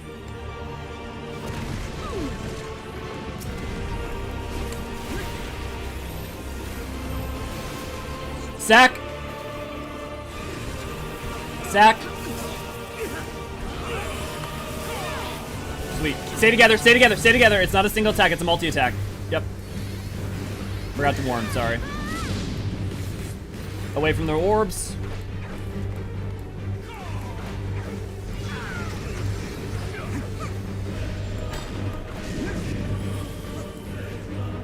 Careful of the orbs. They attack in a line.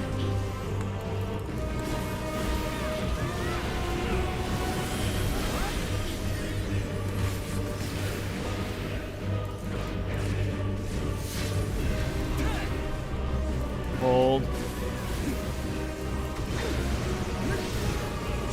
I'm gonna hold Limit Break 3 to end it, so don't use it. Because why not do it with some style? Keep it up. Stack. Everyone stack on Alara and stay on Alara. Do not move. It is a multi... Healers, get ready. It's going to be spicy.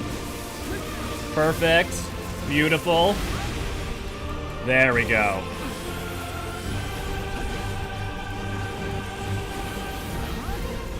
We just got to keep it up. We're going to see the same route one more time.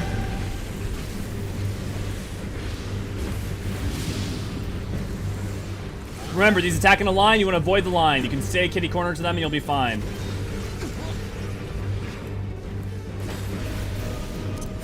Limit breaking now. Oh, that's gonna hurt. I'm down.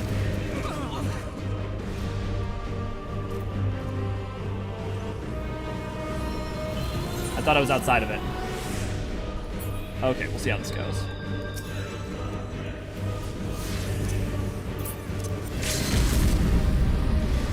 Now let's end it. Your guy's good. Someone limit break. Anyone DPS. Willow Jelly. Either of you guys are good. That was my bad. Good job, everyone. You guys made it look easy. We didn't prep. No silenced echo and a mid-9 level, and that was nothing. Awesome job, guys.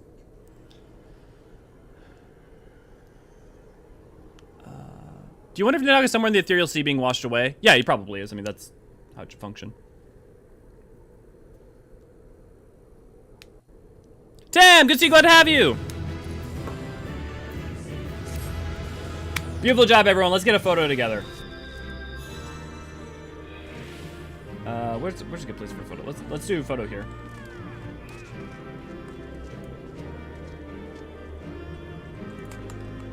Try to get up close so we can try to get all of us here. Perfect. Yeah, don't be afraid. If you want to do layers, that's fine.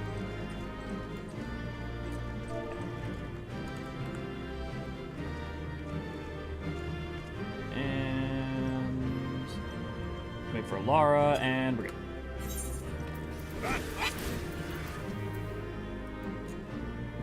My spear's going right through Jabeen. Let me sit for a second. Okay. Sit to reset that.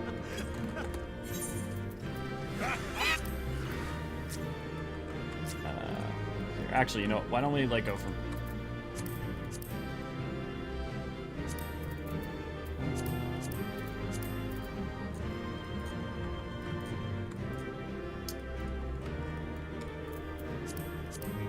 Actually, because that effect, maybe we should do it down this way. No, that was better.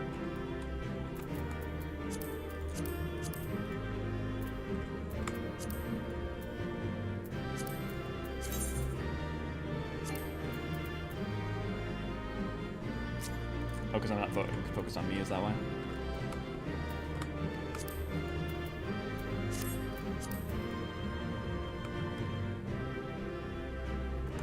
There we go.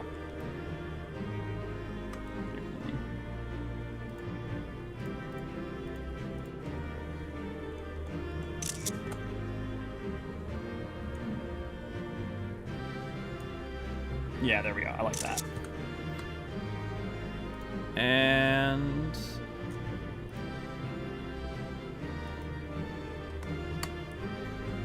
there we go.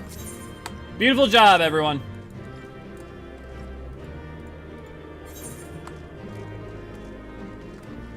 Shish kabeam.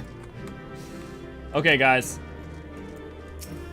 It's a good thing that nothing any more emotionally damaging is about to happen. There's a great looking album color. Yeah.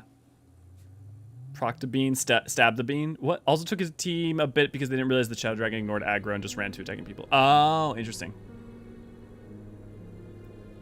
Estinian!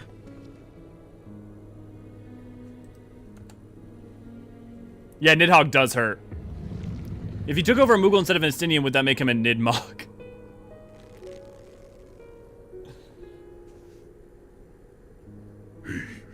At the very end, he didn't give up his friend. Mine end. Nay, I will not allow it. I am of the first brood. I am vengeance incarnate. I am Nidhogg. Thou shalt die by my hand.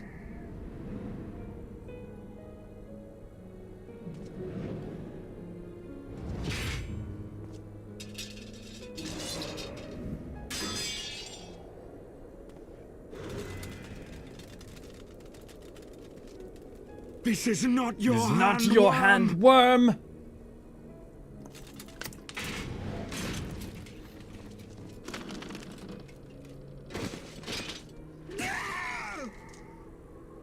Thou wilt obey.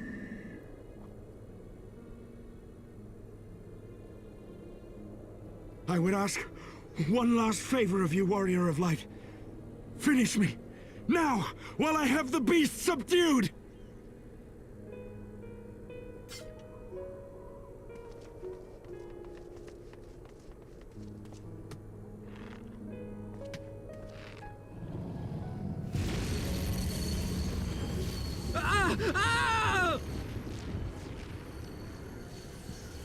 You waste your time. Kill me! It is the only way! Ending Nidhogg will be my final duty! No! You can't die like this! I won't let you!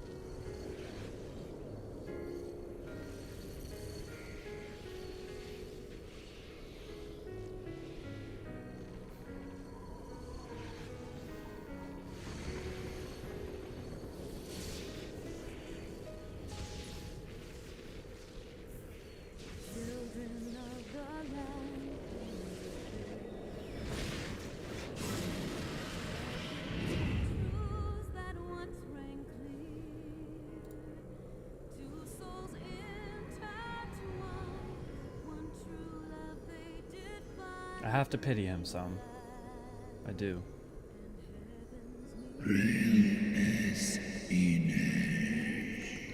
Undone by mortal will, but wither now.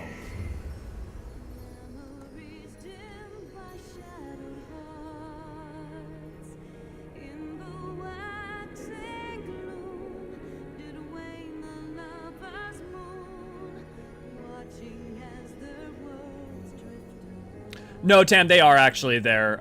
The fact that you react to them and how it is, I can also offer an explanation. The reaction that both from Alfino and you, I do actually think they are explicitly, they are there. I don't think it's metaphoric. I used to wonder, I used to think maybe when I first played it, but having spent a lot of time thinking about it, I think it's the intervention or a byproduct of the etheric. We know how souls work in the ethereal sea now, so it's not as weird as it might have once Cast been. them into the abyss! Isildur! Destroy it!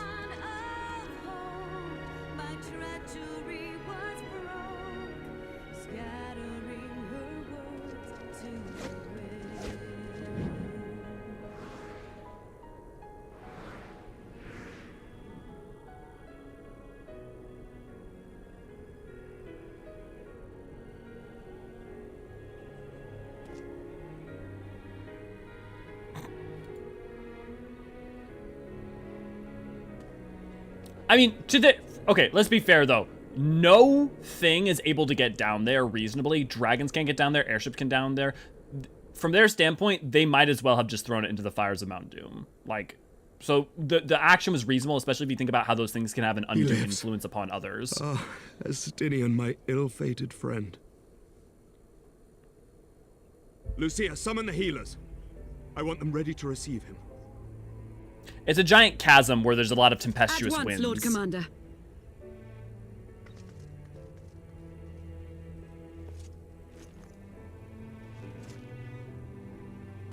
Allow me to do this much, at least. No, Eric.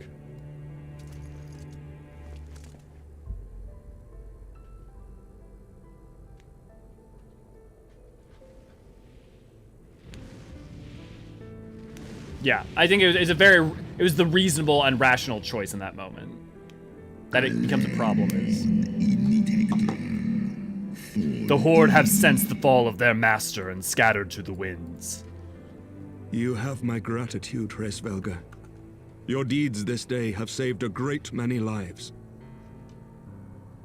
It did not. Then our alliance have served its purpose.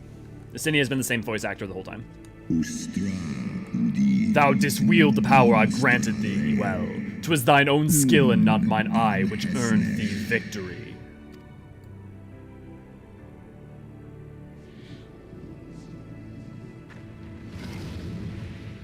Yeah, he does leave without his eye. I wonder when we... I wish thy companion a swift recovery. Fare you well, children of man. I mean, we also do kind of absorb the eyes, so maybe we... Does he has both eyes, though, I think, in Omega. Doesn't he? I should check his model in Omega.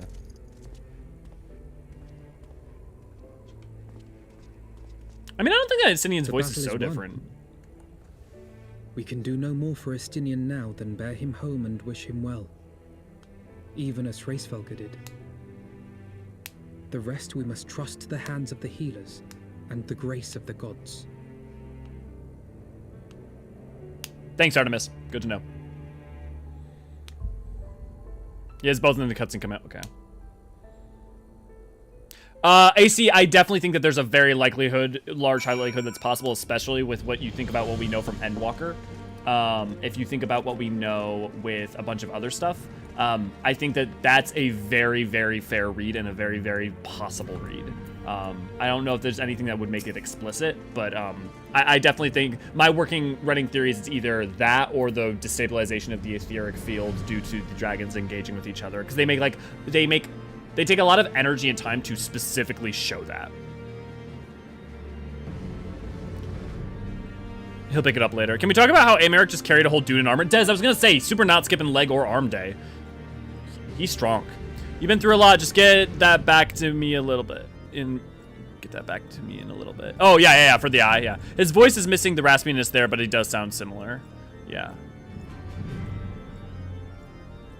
Through the haze and pain, I swear I sensed. But no, the past is done. We must look to the future at long last. Nidhogg is gone, his foul spirit cast once and for all. I only pray that Estinian survives the ordeal. Now, to the point that you were making, Tam, right here, he doesn't go, I swear I saw Ysael. He's more like a little confused, but we explicitly do see them. So, you know, to me, I would suggest that it's definitely emphatically the case. And also that doesn't actually, that has precedent. in other places and in other ways, and so like it's not actually that weird, especially with the fundamentals of Aetherology. Your battle with Nidhogg's shade will beget many an epic ballad, Elio, and rightly so. It was without doubt one of your more epochal victories, though I must admit that I took greater joy in seeing you emerge from the experience unscathed. And not only for your own sake. Had you not been there to aid me, those infernal eyes of yours would still be fused to Estinian's mail. Yet even with Nidhogg gone, I cannot help but wonder how much of our friend remains. Let us pay a visit to Lucia and beg of news of his condition. That's what he sounds like when he's not speaking from the diaphragm. Also, he basically just broke his own trachea trying to keep Nidhogg in check. Yeah. Yeah, and like also like all of the characters, if you listen closely to Stolen Endwalker, she sounds differently than she does in Heavensward. The characters change, the voice actors grow, like they all do. Like Heavensward, some of them are just finding their way to begin with, and then also on top of that, they're just like, you know, as things get, you know, concrete more and more and more. Close your eyes, listen to the sexy voices, and follow us on Spotify. Speaking of, I need to remember, I don't think I put up the latest end talkers on Spotify. The Warrior Fly has Soul Magnet passive, which doesn't cost AP to equip. He's becoming Estinian, the helmet was hiding my lack of, he's becoming Estinian, the helmet was hiding my lack of sleep, Varlino. Yeah. Elio, Master Alfino, my honored friends, as if winning Hraesvelgr to our cause was not enough, you took it upon yourself to rid us of his brood brother. I know not how to thank you. My own contributions are hardly noteworthy. The true savior of the day were Elio and Estinian. One triumphed over Nidhogg's shade through strength of arms, and the other through strength of will. And speaking of Estinian, what news of his recovery? The Azure Dragoon was conveyed to the infirmary, where he now resides under the care of our hospitaller captain. I am told he has yet to regain consciousness, but as you know, Estinian's mind and body were held hostage for many days. We must be patient and allow the process of healing to begin. In the meantime, you would do well to rest and recover from your own ordeals. But surely, Sir Aymeric is never long from Estinian's bedside, and will soon send word the moment there are any developments. Now, if I have satisfied your concerns, I believe Lord Edmont and his sons are most eager to celebrate your return. Very well, First Commander. Come, Elio, 'twould seem that we are awaited at the Four Toms Manor. Also, just check, the Omega cutscene Hraesvelgr does grow his wing back. Interesting. When I run to you guys in the most weird of places. Beautiful, Jarek. Beautiful. How much do you think Alfino looks like Estinian's slate brother to him, besides the hair? I mean, you can only guess. I mean, other than the hair and being an Eorzean, I have no idea. I mean, like, honestly, I think Estinian would find, like, even those two features alone might remind him of his.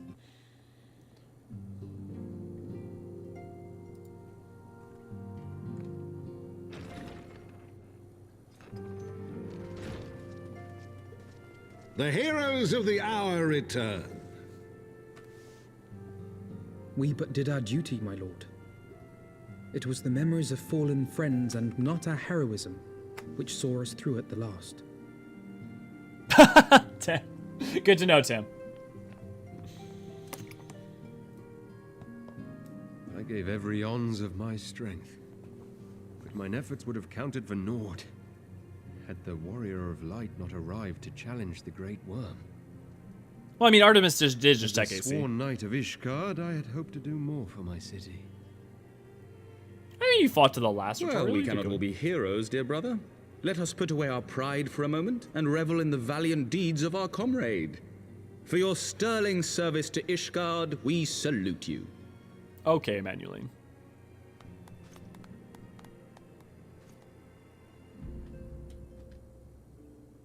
And while we're on the subject of valiant deeds, I believe I myself have earned some small measure of recognition. Under my watchful command, the ballistas of the Outer Ward struck down a veritable swarm of Dravanian invaders. Oh, Emmanueline. My lord's command was certainly watchful. He bravely watched as the siege crews took aim, and continued to watch as countless wyverns met their end. Indeed, the ward's defenders proved so well drilled that my lord had little occasion to stop watching. Nah, could do.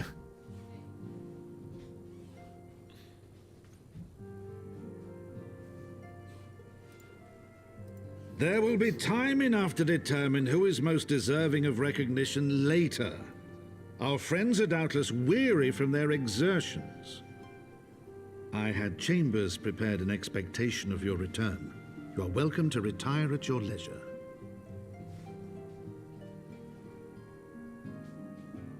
I am most grateful for your hospitality, my lord, but I believe I shall pay a visit to the Temple Knight's Infirmary. Pray excuse me. I mean, also he's more palatable the more you've played of the game, like having actually somewhat of an arc. Our Master Alphino has grown. The plight of his stricken brother in arms pains him more than his own hurts. In which respect he has come to resemble you, Warrior of Light. Is that racist? Is it because we're Eorzean? Oh wait, we're all Eorzean Eorzean in this room. And grant him what comfort you may.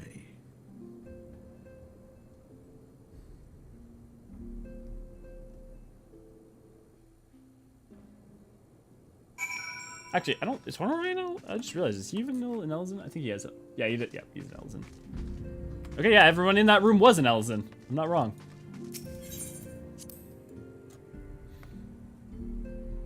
In Stormblood, you've got a lot of Hyur because of Alamigo.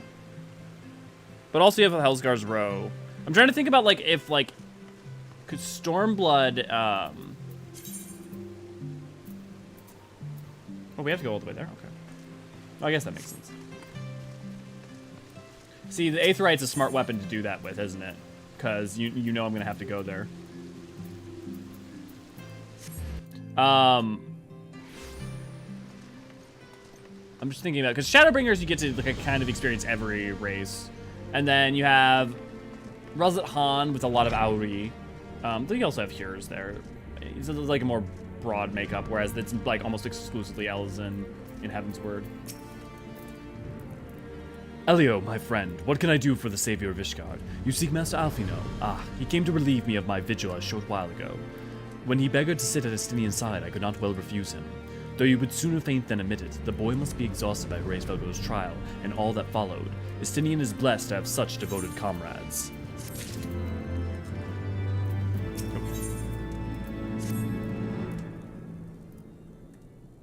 Stormblood also has the Aura. Right, but I'm just talking about Alamigo specifically, not talking about Oathard, because Oathard is a broad mix of you got, because you got Aura, you got Ro, you got Hyur. I'm just thinking like Alamigo is almost specifically like, yes, there are Hellsguard, but it is really, really heavily leaned towards Hyur. Yeah, 7.0 should, the same way that Shadowbringers instituted Viera and Hrothgar, and then you look at how male Viera came into the fore with Endwalker, where they put them in stories and stuff. I would expect that there should be some either MSQ or, at the very least, job quest female Hroths. Mine own friendship with Estinian began some 10 years past, shortly after we joined the Temple Knights. I learned his name soon enough, but Estinian barely registered my existence. I was less a fellow recruit and more shadow, which occasionally darkened his path. And so it might have remained had fate not seemed fit to intervene. While out on a patrol, our company was set upon by a dragon, and we were the only two to survive. The experience forged a bond between us, as such a life-threatening situations are wont to do. Despite our friendship, he remained an intense and solitary youth, wholly obsessed with claiming vengeance against Nidhogg. Revenge was ever at the forefront of his mind. Revenge for the death of his parents, and revenge for his younger brother. I would venture that Alphino he sees something of his lost sibling. And in that ungentle chidings of Estinian, Alphino has found the elder brother he never had. Truth be told, Estinian's tactless observations have saved me from disaster more than once, and I can well understand Alphino's affection for him. He's a friend for whom I would gladly... Lord Commander, your presence is required in the infirmary. Is he? Tell them. I'm on the way.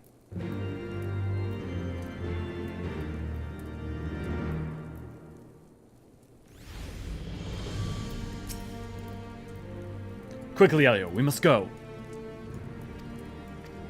Okay, I'm gonna check in with you guys real quick because there's gonna be a lot of cutscenes after this. In Razat Han, there's also the elephant in the room to talk about. Yeah, if we're talking about, I was more talking about playable races, but yes, obviously the Archosodra, of course. Good call, Purple. Rate my gobby speak. Also, guess who? Admittedly, it's obvious. Life, sleepy ideas, hope. Where do they wanderwalk to? Where do they backwalk? Such is nothing worth is. Gobby will destroy them all. I'm gonna be honest, for some reason I'm not parsing where that is from, but someone else may know. Stormblood also is the Aurora, both random Heavensward. Yeah, right, again, yeah. Endwalker's the True Tall Boys. Taking wear hats, might finally drink that Fantasia. I wouldn't be surprised if they could wear hats and they would institute a way to have the models for the Hrothgals be connected into either the current Hrothgar models or something in order to make it so the system would work across them. Tales of the Dragonsong War tell about American and Estinian's friendship. Yes, they do. They also, I don't know if it's Dragonsong's War. It might be later. It might be the Tales from the, like, Dusk or whatever, the Stormblood one for Estinian's armor. Maybe that is for the Dragonsong War, though. I'm glad I'm not the type to wear headgear. Alice's chatting is also quite ungentle, America. I was about to say, does he really not have an older brother? Because one could argue that, in some ways, Alice is kind of like an older brother. The Arcanist 1-30 class quest at the Guild Limsa features a female Roganin, but like as an undeveloped as most other class quests. We're talking about Hrothgars though, not Roganin. But like, there are also female bros. I mean, like Merlwib. Tweet. Follow our Twitter. Thank you, Ray Ray. Sarah, Tales from the Dragonsong War through the Fire and Blood is the story of how Estinian and Aemeric became friends. Yes. And there's also more on the backstory of Aemeric if you read the Tales from the Dawn on him. Alice is a twin. They fight more than normal siblings. Yeah. Thanks, Dad.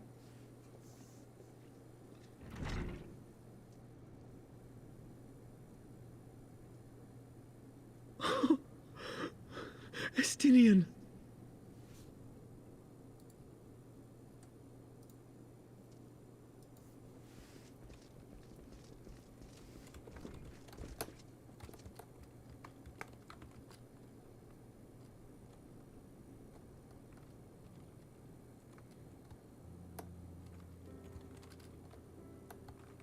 Cease your mewling, boy. It grates my ears.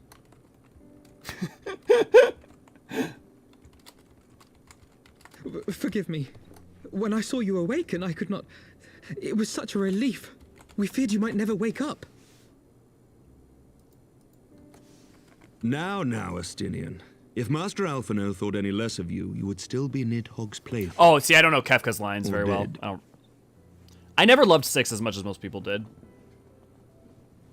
Aye, 'twas but a jest.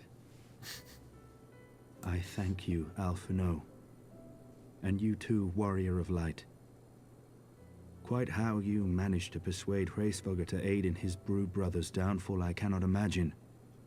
But full glad am I that you did.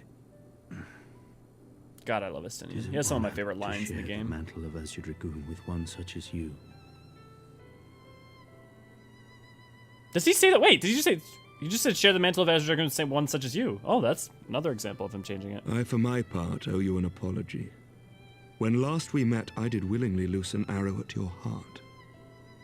Can you forgive me? That is true. There is naught to Although he forgive, changes Aemeric. some. You but acted in defense of Ishgard as is your duty. Were you any less single-minded about it, I would not follow you into battle, nor trust you at my back. Besides, I had come to the selfsame conclusion, that I would have to perish for Nidhogg to be stopped. So let us dispense with the hand-wringing. I have heard enough mewling for one day. Oh. I mean, Sir Aemeric is one OTP is like Lucian, that there is no other question.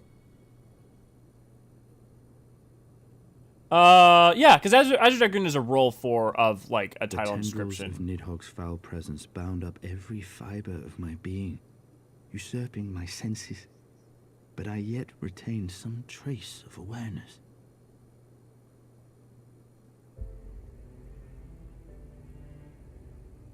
The worm's mind was as a vast and tumultuous sea. Endlessly its black waters churned, his grief and despair at Ratatoska's murder never calming, never receding. And driven by this surging current came wave upon wave of unrelenting rancor. It was the very image of my own heart. There I saw the dark reflection of the hatred I felt after Nidhogg slew my family, when no path remained save vengeance against dragonkind.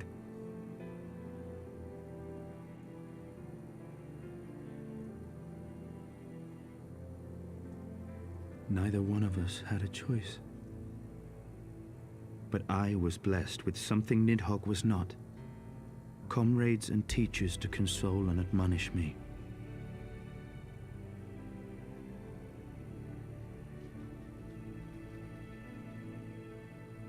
Had I not had them to gainsay my obsession, it would surely have consumed me as Nidhogg's did him, and we would have been in all respects alike.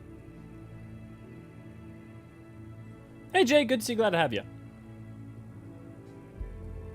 Not really, Tattle. His shade is banished, his spirit scattered upon the sea of clouds.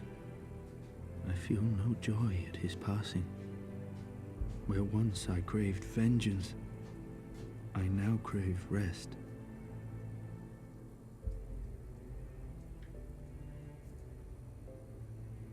Remember, he's basically on death's doorstep and whispering at this point. That's why part of why his voice sounds different. It's being directed to do so. Lord Commander, my hunt is at an end. I would lay down the mantle of Azure Dragoon. I think pretty sure you're talking about their biological mother, AC.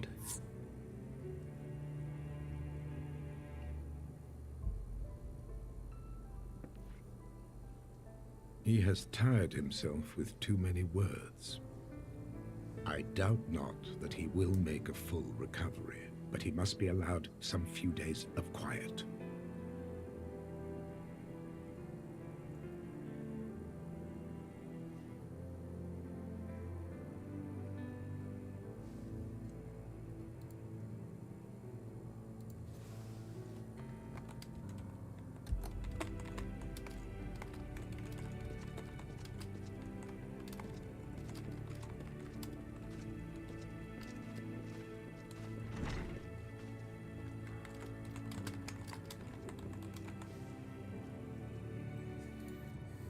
I too must see my path to its end.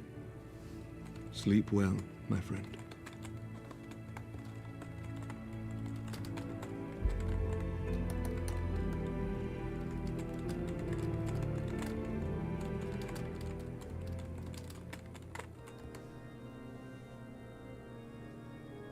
Following the battle with Nidhogg on the Steps of Faith, Sir Emeric called an assembly that he might make his final proclamation. Why would you like to think that, though? Of state. I don't think Emeric would be like, I hate my mother just because she was there, put in a really fucked up one situation. decree that the 1,000-year rule of the archbishops was ended, paving the What's way wrong with him caring for both? new republic. The governance of Ishgard would now be placed in the hands of high and lowborn alike, their ranks represented by the newly founded House of Lords and House of Commons. Church was separated from state. The foundation for change had been carefully laid, and the reforms proposed by Ishgard's new government passed into law Sure, but we don't know. without incident. His duty done, Emeric de Burrell gladly stepped down from the Archbishop's dais, only to be raised unto the highest seat in the House of Lords.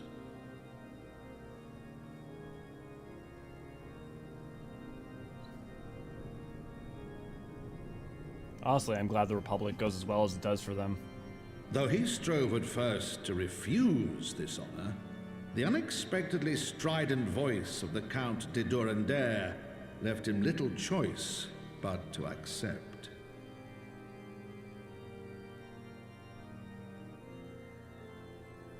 Durandare comes up in Machinist's quest a lot, right? I'm trying to think about what that. And so it was that the winds of gentle revolution came to stir.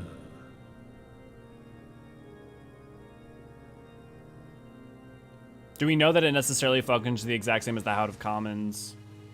Yes, deviates from the House Durandare. Yeah, I'm just thinking of like, does he pop up in anything else? I feel like I'm forgetting something where he does.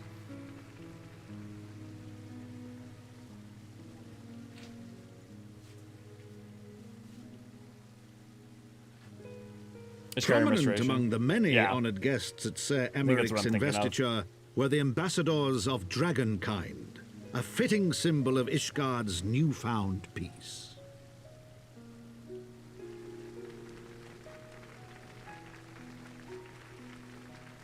Oh, Deadpool.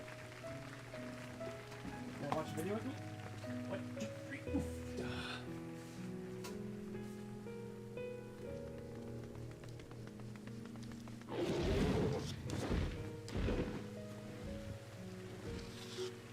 The people looked on in awe as he soared through the heavens on Dragonback. And by their cheers did they hail him an azure dragoon for a new age.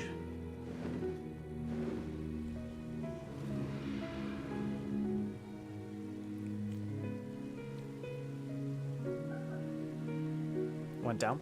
Okay.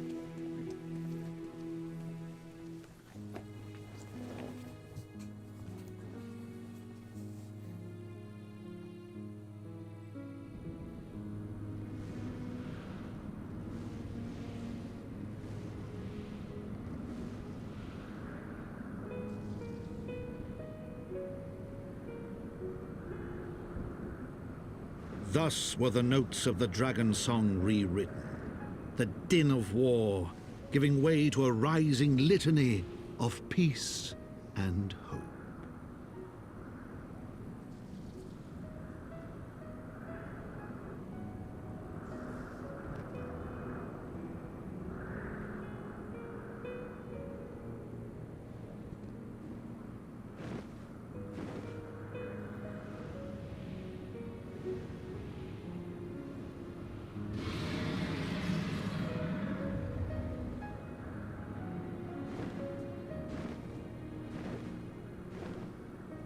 Durandare pops up in something. No, he doesn't. Doesn't he pop up in Machinist? Is he the father of the other house guy? Is that what it is? Or is that Zmail? I thought it was Zmail.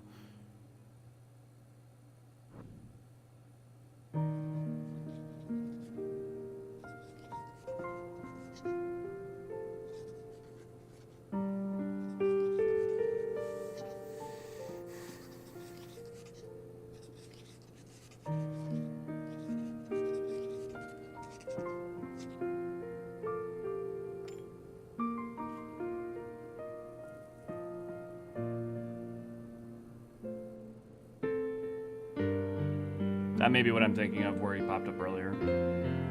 Yeah, Frontal Day, Eleanor. Durandare. Yeah, the pirate guy. Okay, that's that. I'm trying to remember everyone's relation to each other. His lost son, the leaders of the Barracudas, I think.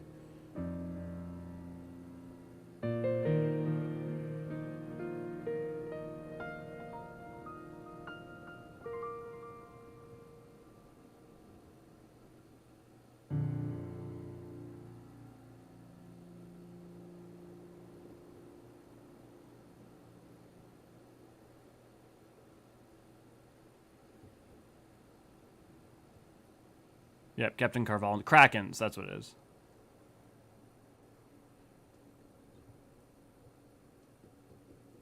Don't worry about spelling. If we get the idea, you're totally fine.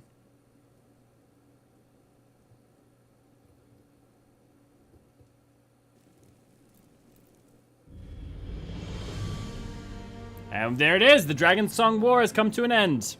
And also the final line by Stephen Critchlow, if I'm not mistaken.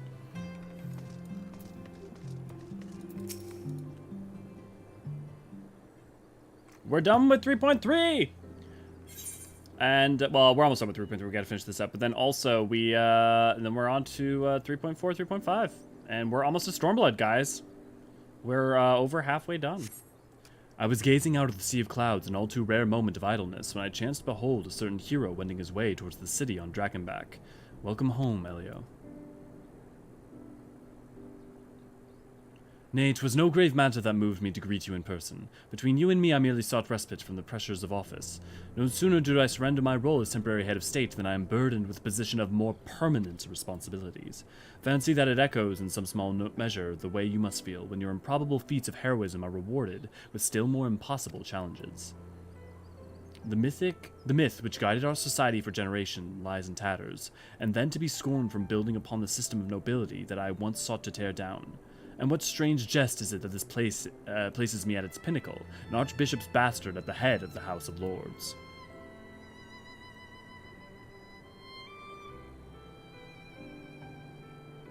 But these questions are for me to answer.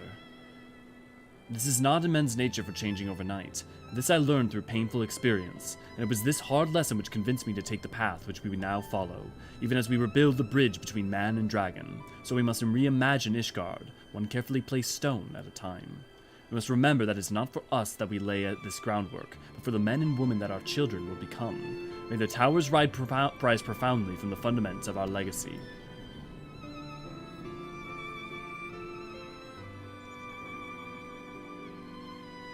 I hear words from Captain Whitecap. The Estinian has vanished from his sick room. His willfulness survives undiminished. Should you ever happen upon our unmannerly friend on your travels, pay him assurance, pray, assure him that I shall keep Ishgard safe until he deigns to come home. Thank you, Elio, and please convey my warmest regards to Master Alfino.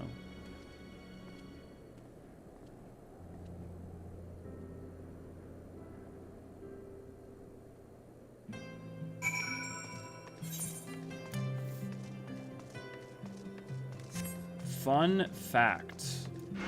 Well, let me finish 3.3 to see if they actually show up first, but there's a very fun and sad thing that you can find in Azizla.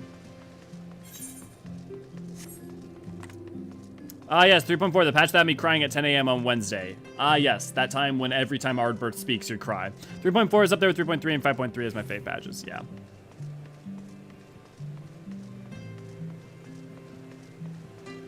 I mean, 5.3, what a fucking banger. Which I would point out, be mindful, 6.3 is coming up.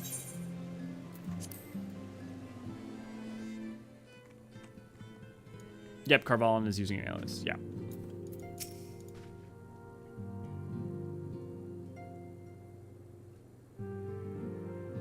Oh, did he? Kadao, I don't know that one. That's super cool.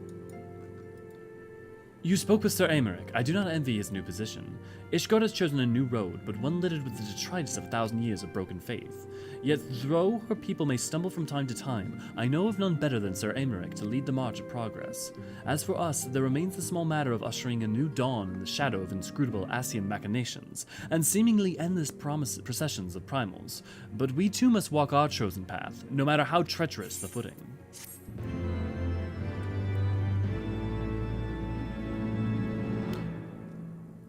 In the wake of Ishgard's governmental reform, new airship routes have been sanctioned. You may now travel into a selection of distant locales from the landing in Ishgard. Interesting. Well, yeah, 6.3 in and of itself is not going to be an epilogue. It's not like 0.3 is the epilogue to Endwalker, but I wouldn't doubt that you should, especially at the cadence of the story so far, that I would not necessarily look to 6.3 as not being... Oh, hey, oh, Atelier! Is Atelier here?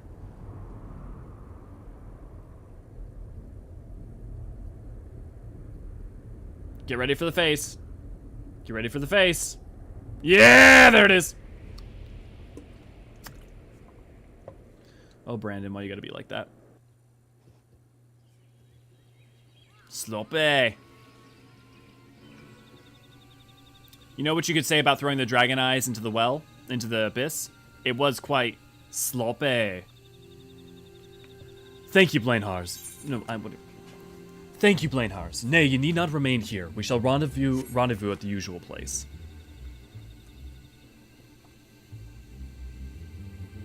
All is proceeding as expected, then. Aye, there's naught to concern us, aside from one overly curious mouse. I suppose I should just use my normal voice for him, would probably be. Yeeteth thyself, Alice.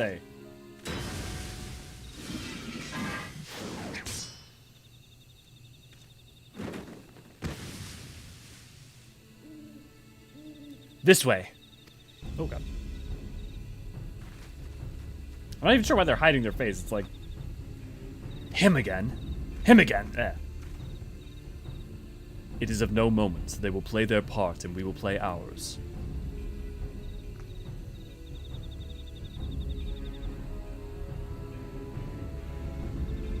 That crit says no, yep. Let's go, Red Alfino. I'm ready to spam chat with Sloppy when the time comes. And thus did grey mists give way to azure skies. Man and dragon rise above, voices joined in song. But beneath shrouded boughs, beyond the scope of light, shadows stir.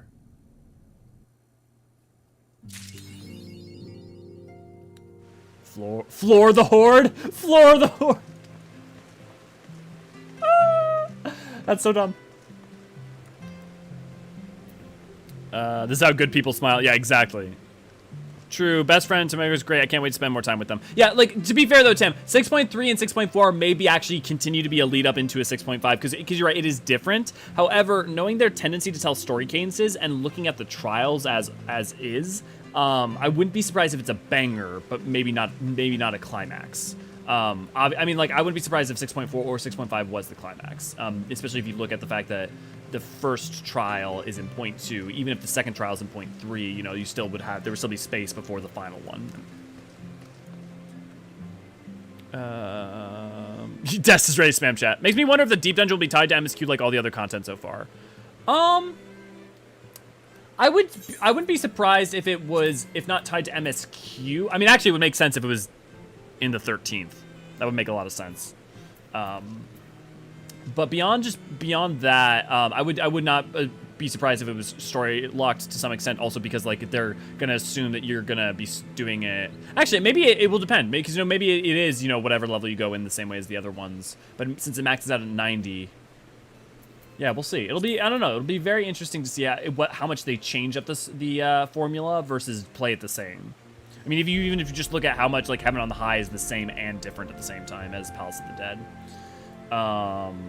Yeah.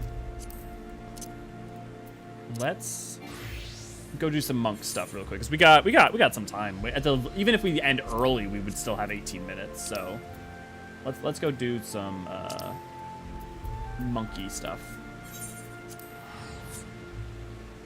Do you guys do the live letter reaction at all? Yeah, just I mean, if you watch our streaming of it, it's on our channel.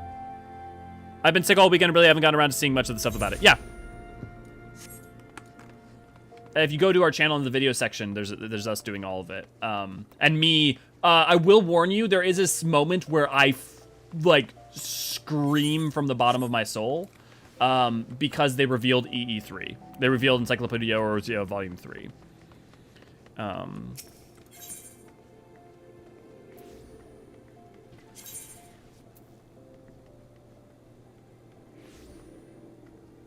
Gladiators Guild, Weaver's Goldsmith. Personally, I'm just going absolutely insane until tier 3 of Panda comes. Yeah. I mean, like, there's so much. I mean, the thing is, every part of the story, every part of what's going on, I want to watch and engage with, so. Why would bring Alpha Node to what? Yeah, I would have expected that part. I was worried about the scream from the bottom of my soul until you mentioned EE3. Yeah. Thank you, Ray. Yeah. That moment when Elio sees EE3 confirmed. Okay, yeah, so I guess Issa can warn you of it.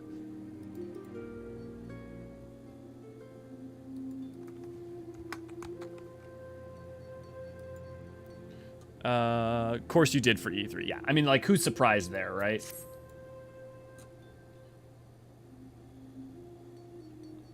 You two played me for a fool. The data the simpleton monk brought me was absolutely astounding, groundbreaking, revolutionary, yet I remained objective in my analysis, as a scholar must. Poring over the data, I finally arrived at a disheartening conclusion. The two of you took measurements of the same area. The values were near identical, equivalences mocking me as I struggled to reconcile them. I could neither sleep nor eat, lest I waste time not drawing near to the truth. And for what? Tell me, what is it you two were doing in the field? Opening our chakras. What else?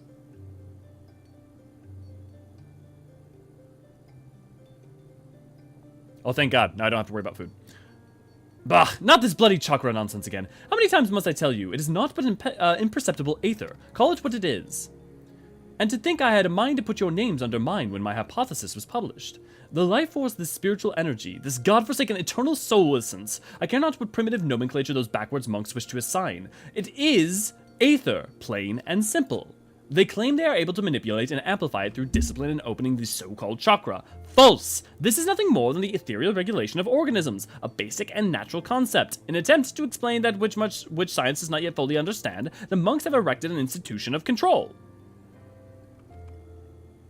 Their preachings are unassailable by design, for none can disprove the existence of the unknowable. They promise power in return for abjection and servitude, control and power indeed. Only that of man is the very essence of a religion, and should be treated with contempt, as all religions should. Aether resides in all living things, as do natural mechanisms, with the capacity to regulate it. This is simply life, not some mystical supernatural endowment. I concede, of course, that the heightened mental faculties of man allow for the potential to gain conscious control over those mechanisms. Indeed, it would appear that you and the simpleton monk have already achieved that end. The indiscretion and the impertinence of youth. I suppose it can be forgiven. Once. In my own youth, I was not the model of perfection you see before you. I too have made what some might call mistakes. Not myself, but some. In our talks together, the simpleton monk often spoke of the 7th chakra. Its awakening is thought to be the highest of achievements amongst the monkhood. I make a habit to know the tenets of my intellectual enemies. It was the flow of the aether within the two of you which betrayed your falsehood, the whispering of your chakras, as I'm sure the monk would rush to call it. But serendipity most often visits the industrious, so it is precisely these ethereal whispers that provide to be most intriguing. The wave of these sounds resonate perfectly with the aether of the battleground. I can see by your vapid expression that you are missing my point. Allow me to spell it out. It follows that if one were to visit a battlefield with a certain ethereal wave amplitude and frequency, it would resonate with one's own aether.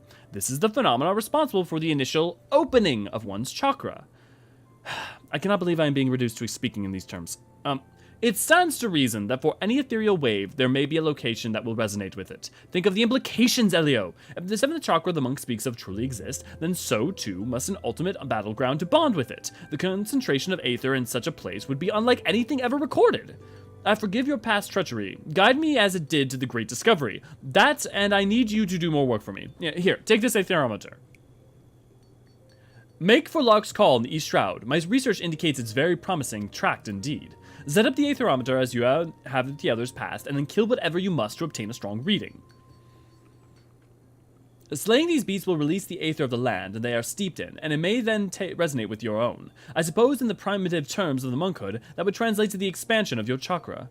Oh, and you'll not be crossing paths with the simpleton monk this time. I will be sending him to take readings at East End. I have no intentions of allowing you to conspire to impede my research again. If you care to know more about the events that have transpired at Lark's Call, I suggest you pay a visit to your local library. East End, on the other hand, is a fascinating subject, which I never take tire of speaking of. Ask me about it any time if your curiosity ever gets the better of you. Eric, I get you're a big fan of Atheist YouTube, but you can't like that in real life without being punched in the face. Issa, yeah, have a good one. I hope you enjoy work.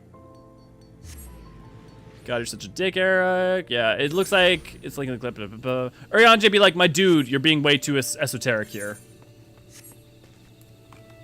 Honestly, the thing is that the information he's getting at though isn't esoteric in my like it's really important stuff. Like it is like a lot of actually what he's talking about isn't actually wrong.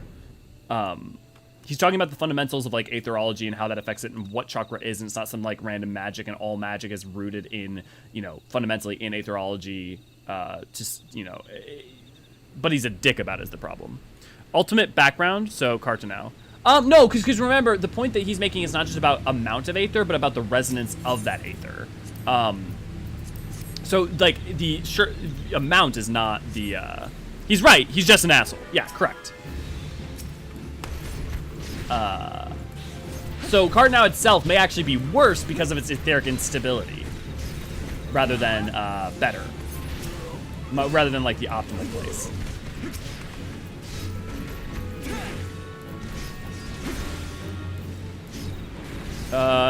It was probably a bit weirdly worded on my part, but I meant that he's talking more than... Oh, wait, he's talking more than... Well, but I mean, like, even the grammar, like, not grammar, but the, like, vocab he's using is actually really, really applicable and appropriate for the topic at hand. So, I mean, like, you know... And also, I don't think, he didn't really use any particularly esoteric language, especially compared to ARR, Eorzean. Like, Eorzean actually was using some, like, esoteric nonsense with some of the word choice.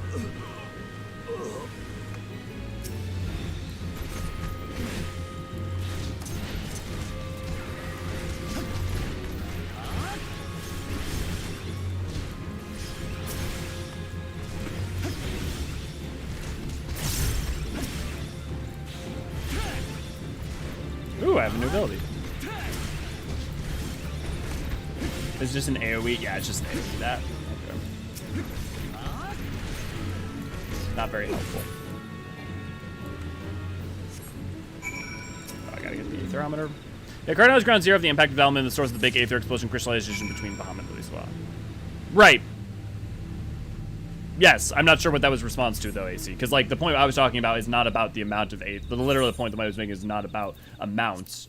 Or, like, yes, there was a large amount of Aether that was released, but that doesn't mean that like, the point that Eric was making there is not the biggest battlefield. The point Eric was making was about specific places that resonate with specific Aether. So, like, because of that, Cartnow may not be as we see, Cartnow is not necessarily the best place. Ultimately, the best place is actually Silver Tier Sky, because probably due to Silver Tier skies.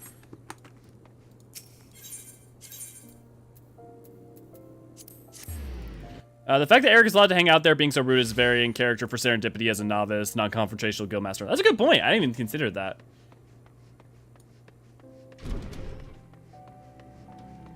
Yeah, so not sure it'd be good for... Okay, second part made it make sense. Okay, now I understand. I very much look forward to the readings of both yours and Whittergeld's Aetherometers. What's this? You've already finished? Then what are you standing there talking for? Come, give me the Aetherometer. Amazing, simply amazing. And your soul crystal, it's glowing more vibrantly than ever before, is it not? Okay, soul crystal is what taught us the ability, that makes sense. I will begin my analysis of the data with all haste. You've come to be the quite model pupil, Elio. With that I come to say the same of the monk simpleton. I can see that the feeble gear is turning in your mind. Come, there's no need to feel the shame at your ignorance. If you wish to know what has transpired, you need only ask. I promise to use small words. Am I at the 50?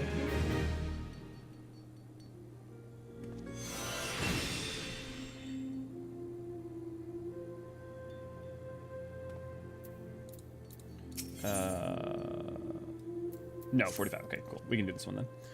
The simpleton monk asked that I send you his way should I see you. He waits for you in Little Alamigo in southern Thanalin. Surely you see Whittergeld for the danger he is. He's the most dangerous type of mind, one blinded by revolution and revenge. I do wish you tell him yourself that people should live for the future rather than the past. You thought I did not know he was of Alamigan resistance. How saddening is it that on a rare occasion you do trouble yourself to think you are wrong. Of course, I know. What manner of imbecile do you take me for? No doubt Whittergeld thinks me the idiot. False! These two eyes see far more than you know. I, too, am an Alamigan, and love my homeland every bit as much as he. Go now, hurry to Little Alamigo. I will keep you no longer. No doubt Whittergeld is already awaiting your arrival.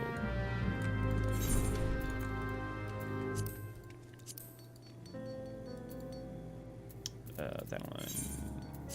No.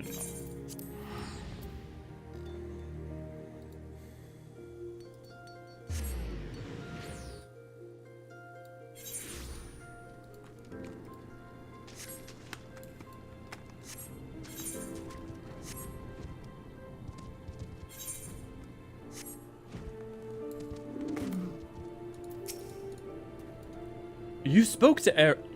You spoke to Eric. Do not lie to me, brother. You told him who I am, what I seek to do. I am not angered. He tried to sway me from my path. He believes resistance will only leave me more dead. I expected as much from him. I feigned understanding. He has asked much of me, of the monkhood and the fist. He asked of the seventh chakra. My answers excited him. He said that they would advance his studies. I too learned from him. I am nearer the seventh chakra now. Soon the resistance will rise. You too will see. Very soon. Others do not understand. Alamigo tried to protect them. We were the shield of the realm. We bled to fend off the Garlemald. None here know our suffering. None here can imagine it. The lives we led after the fall, after the shield was sundered. I mean, that's kind of somewhat ironic that he's saying that, though, when you think about, like, Theodric and stuff. Like, it's like, nah. Y'all were fucking with each other, and then when the world needed you to be the shield, you weren't. You, like, fell. I have traveled far and wide. I have met many souls, but none are as you. You have a gift. Yours is a great strength. Unite it to ours, brother. Help us reclaim our home. Your efforts will be rewarded. Look upon my garments. This is the war garb of the monkhood. It attunes to the wearer's chakra, enables it to realize its fullest potential. The cloth is imbued with the power of Ralgar. Only monks of his fist may don it. Only those who overcome many trials. I will tell you how it can be yours. Fear not. I require you to speak no vows. I ask only that you fight with us. Give yourself to our cause. You long for adventure, I understand, but such longing can wait. This cannot. See Alamigo freed. Then enjoy your own freedoms. What say you, brother? You have the heart of a true monk. You are different from the others in this realm.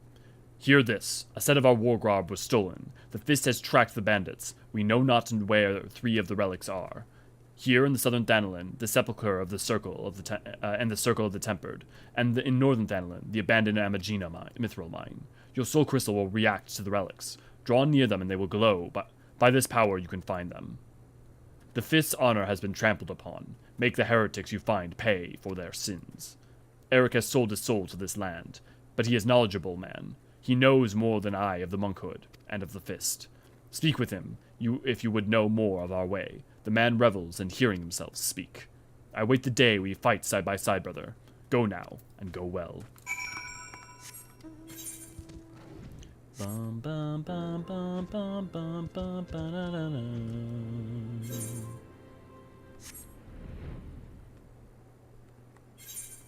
Let's go south first. We'll go to the circle. My friend sent me some tweets of someone playing monk in first person with nothing but the flex emo icon bordering the sides. I want to study the player like a bug. Here.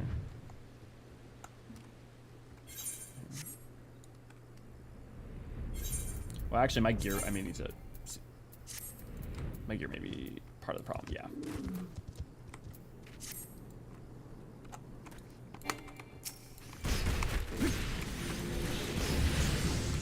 This is awful.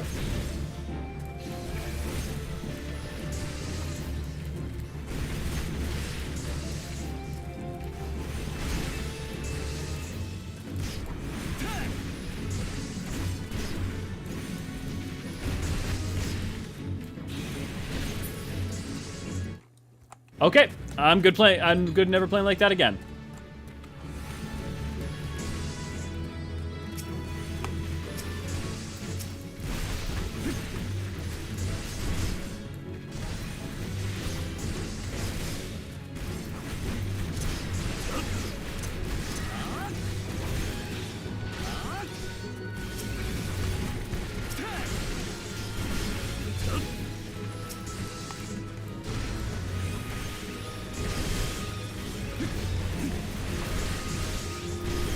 I'm not gonna go through that.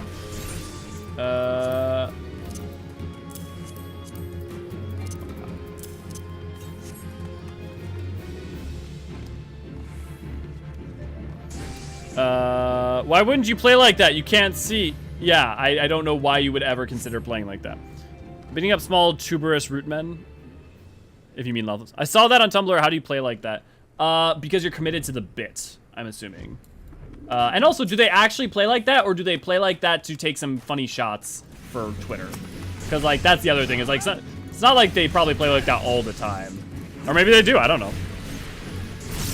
I wonder if this changes if you do quest post Stormblood, but then I remember that job quests specifically take place in time lock bubble thing. Yeah, I mean, like, the thing is that they basically are supposed to have... I think they basically happened whether you did them or not. Is basically the way I would think about job quests in general. In terms of chronology of events. There might be actually some examples where that doesn't work out fully, but especially with how the way that they all cameo in Endwalker, it pretty much kind of has to. Need to get good at the game, Elio. Yep, clearly, Remy. Yep. I've done that with my main classes. Yeah, it's kind of neat, but weird. I mean, honestly, it's just so zoomed in that it's not fun. It's like looking at, especially looking from Elzen height to Lalafell height. I'm not planning to do Monk again until I get a better weapon for the job. All right, now you do P1S. Doing P1S, I'm trying to think about that. Like, honestly, that wouldn't be that bad for me. Like, especially, like, doing as a tank and stuff. Especially if I'm main tanking and, like, doing, I definitely could do P1S like that. I'm gonna say it. I'm gonna go ahead and say it. I think if you put me in P1S, I could absolutely do that. I think the hard part would be turning off my UI. If I can't, the one problem I would have that I would have to relearn the fight with is if I don't have the boss attack bar. That is the one thing where I can't see what they're casting. I would have to learn all details from like his visual and from like just the model and stuff. Because like I can get to whatever my well, and also I need my UI obviously to see the chains, what chain color and time I have. But beyond that, like beyond, I guess, having UI turned on for it. It was like on stream at a con. It was on con, the pics were on the monitor. Maybe they were playing weird for the con. I mean, that honestly, that sounds more, that would, I would be assuming that that was the case, but you know, I don't know that.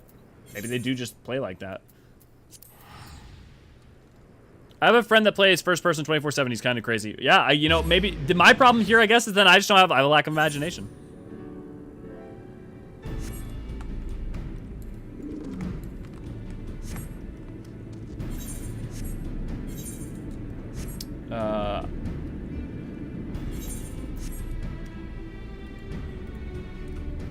I will hold you on to that somehow. Yeah, no, Des, seriously, if I can have the UI on, I will totally play P1S. I would totally play P1S. It's not hard for me to find navigate my place. I'm trying to think about the hard parts of that fight. I think the hardest part of those fights would probably be standing in the absolute correct place, or not the absolute correct place, but I would have to look down a lot to see the floor to make sure that I'm on, you know, white or red for shining cells. I'm trying to think what the hard parts would be. Intemperance isn't hard as a tank, especially as the main tank.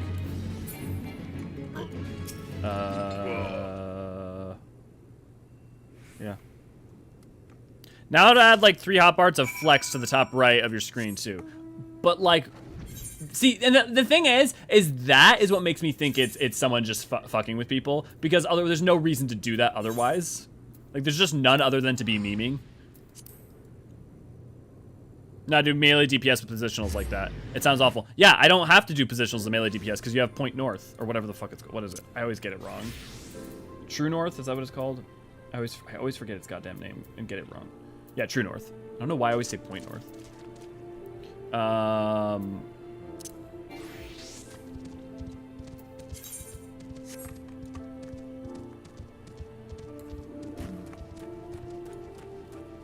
Also, this is why I don't like playing DPS, because positionals suck. I know some, this is just a personal opinion. I have a friend who like really likes them, but like, to me, there's nothing fun about moving back and forth like that for positionals. It's just like, you have returned. The first 3 relics are yours, and now the Fist has located the 4th. There's a Cockern merchant who deals in contraband. The 4th relic is among his wares. Hurry to Lower Lenosia to find the Cockern. Take back that which is now yours by right.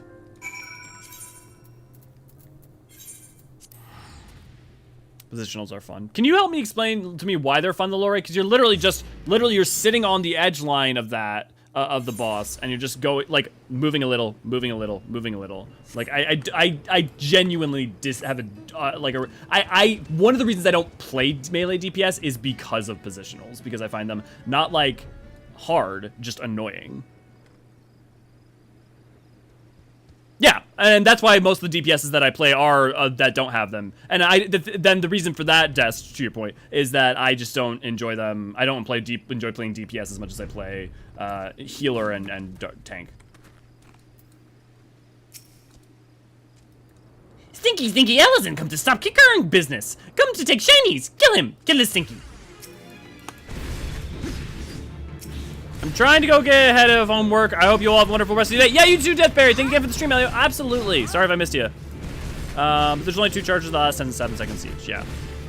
Yeah, I'm not saying gets you away with everything.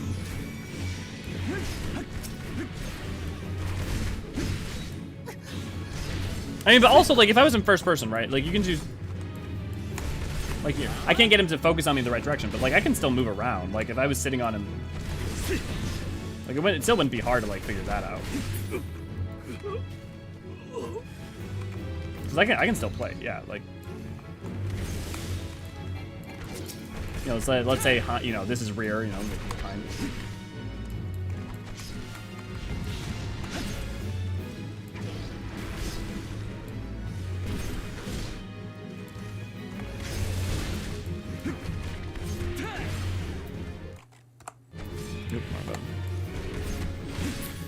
I just got 80 HP, so DPS is perfect for me. I can't stand still during a fight anyways. I guess that's part of the reason I don't like playing DPS is I feel like I have to stand still and like not do, but like also like not reacting to the boss. I'm just doing my thing in a complete vacuum, rather than like dealing with the fight at hand. Other than like reacting to like mechanics later. Don't kill Kikaroon-kun, please! Please don't kill! Take back Monk Circle! Take and spare!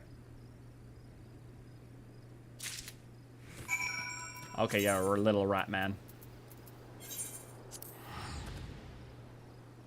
You can't just true north everything. I'm not saying you can true north everything, but I'm saying you can true north anything where you don't have a chance, where like if things get thrown off. Or like, you know, you have to get moving or something.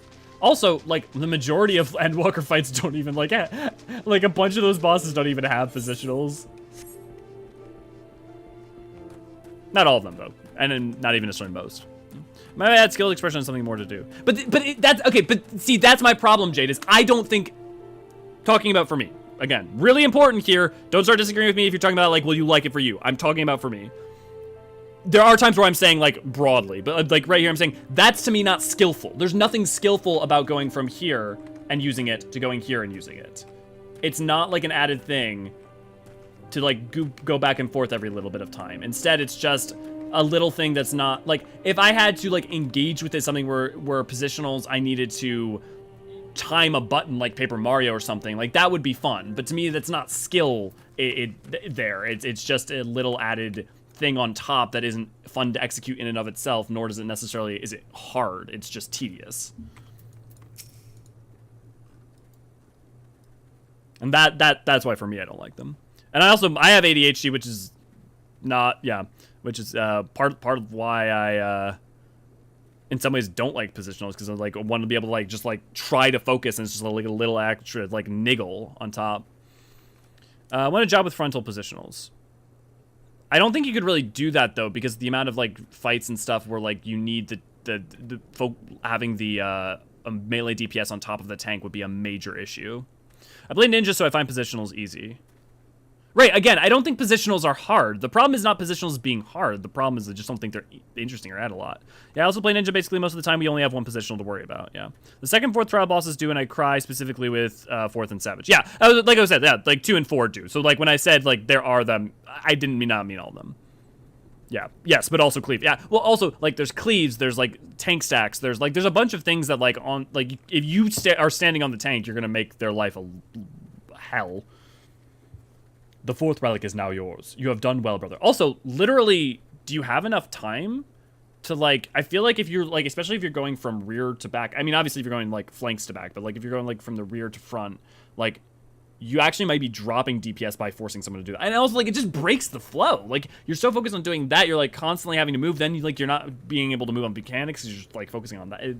Like, I don't know. Like, maybe if there were, like, moves in the game that you could, like, press and, like, would, like, teleport you to the side and it had charges on that, or, like, teleport you to, like, where you need to now and then at least it would be, like, I'm not saying that's harder. In fact, you know, easier. But, like, then it's, like, okay, there's a fun, like, skill expression of, like, okay, as a monk, you press a button like Thunderclap and it has you, like, roll to the side real quick. And then it's like, okay, that's one extra OGCD I can throw in to try and, you know, use to get something off. And that's a problem, obviously, to do because you need your timing on your other OCGs. You know, like, you need to be able to double weave other OCGs. So, like, if that drops your DPS, that's not a good solution. So what I'm saying is not a perfect solution, it's just an idea. Reaper does teleport. No, but Reaper teleports to them. I'm talking about teleporting specifically to positional locations. I'm talking about if you're facing flank and you press it, your character rolls, like, imagine, like, rolling around in a curve around them to the flank. Like, that's the sort of idea I'm getting at. Yeah, if it wouldn't actually work, but it'd be a lot of fun. Well, I don't know that it can't work, though. I just think it wouldn't work in current incarnation. I think there's other ways to get around it. It's kind of like trying to get 100% uptime in the sense that it's not theoretically hard to do, but trying to focus on the fight as well means you can drop it if not careful. Right, but I'm saying that's... Thanks, Summit, by the way. Good to see you, glad to have you, and thank you for voicing in. I get that, right? And I do get that that's why most people who do like it, that it is that extra layer where it's like that. My problem is to me, I would much rather have innumerable other ways of doing that, or other complications or other things in my job, than pressing W or A or D and, like, moving for no real reason. Like, it's not, like, it doesn't mean much, and, like, I would rather it be engaging with my job or engaging with some aspect of it in some way, or the boss in some aspect of the way that wasn't just, like, stepping to the side and stepping back. Like, and I get it. I do hear you, though. I hear that, like, for you guys, it is, like, that small stepping to the side is, well, you know, that's the skill expression because, right, if you're not dropping that, you're actually pulling it off and therefore getting the extra DPS. And it is just a small thing that you can do to prove that you're actually doing everything correct. I do get it. I just also think experientially it's a bad experience for me and for, I don't want to even say many others, but for other people as well. I know I'm not a singular voice in this, but I also know that there's, you know, allowed... I guess what I would say is, do you like the system or do you just like skill expression? Because if you just like skill expression at that point, wouldn't it be more focusing on trying to create other forms of that skill expression rather than just saying like, well, this is one of the only ones we have, so I want to keep it as is, you know? The fourth relic is now yours. You have done well, brother. But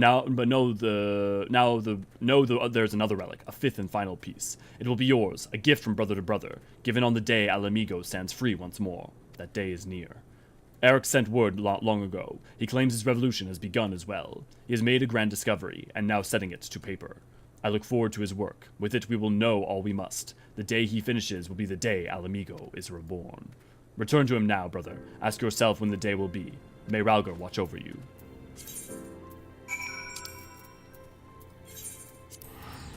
Yeah, positionals are the reason why melee jobs are the furthest behind in me leveling other gear monkeys. Yeah. Cause I want to be very clear for like Summit, Des, and like the other people who like don't agree with me, which is not only just fine, but like I get it. But I desperately want and love skill expression. Like, so I'm totally with you on that level. I'm 100% in alignment. I just think like as a system, it's not particularly good. But to say like I want it taken out and then you guys have no skill expression is also not a good resolution to that.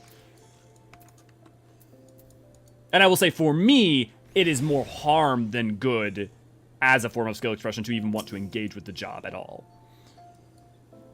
I'm afraid I haven't the time for you now, Leo. I'm penning my thesis based on the ethereal data you and your simpleton collected. There have been significant developments since last we spoke. Or rather, since last I spoke, and you stood before me with the ever-vapid expression.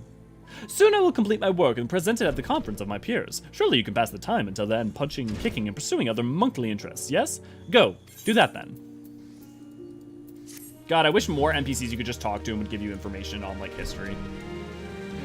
Yeah, I can understand what you're saying, because, yeah, it would be neat if they made it specific to each job rather than just positioning yourself at a certain spot. Yeah, I completely understand why people like skill expression and or enjoy melee positionals. I wish them the best of luck enjoying all the 1-3-3s. Yeah, they'll find me in running circles around the healers. I think it's good mechanics certainly appeals to certain people as a melee would not enjoy playing Black Mage and standing still.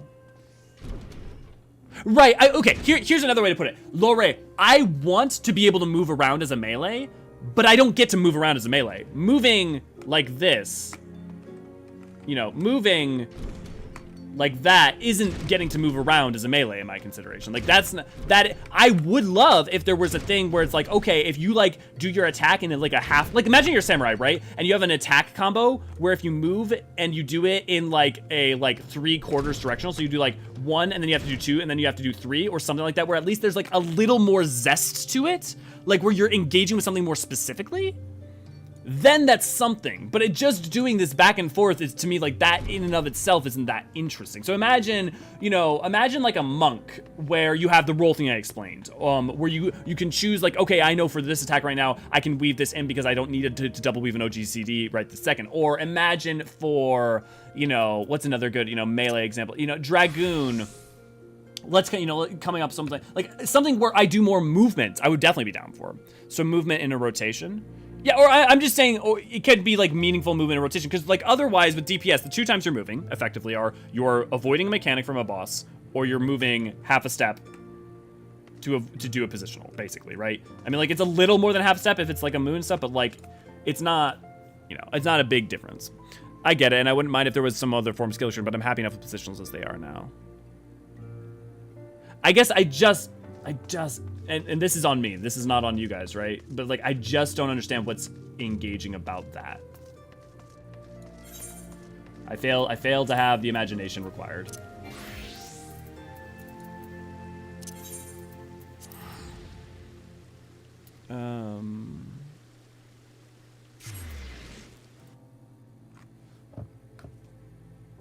Because here's the thing, Lore. Here's the thing. I'd rather play Black Mage because I'd rather have a job that moves or a job that stays still. But to me, melee DPS is a half step because you're literally like most of the time half stepping. You're not like doing a lot of movements. And so the few times that I've done it, when I've like brought DPS into Savage and stuff, I've been like, you know, I don't know. And also, you know, I don't play a ton of melee DPS. Now, granted, I don't because of this specific thing, but...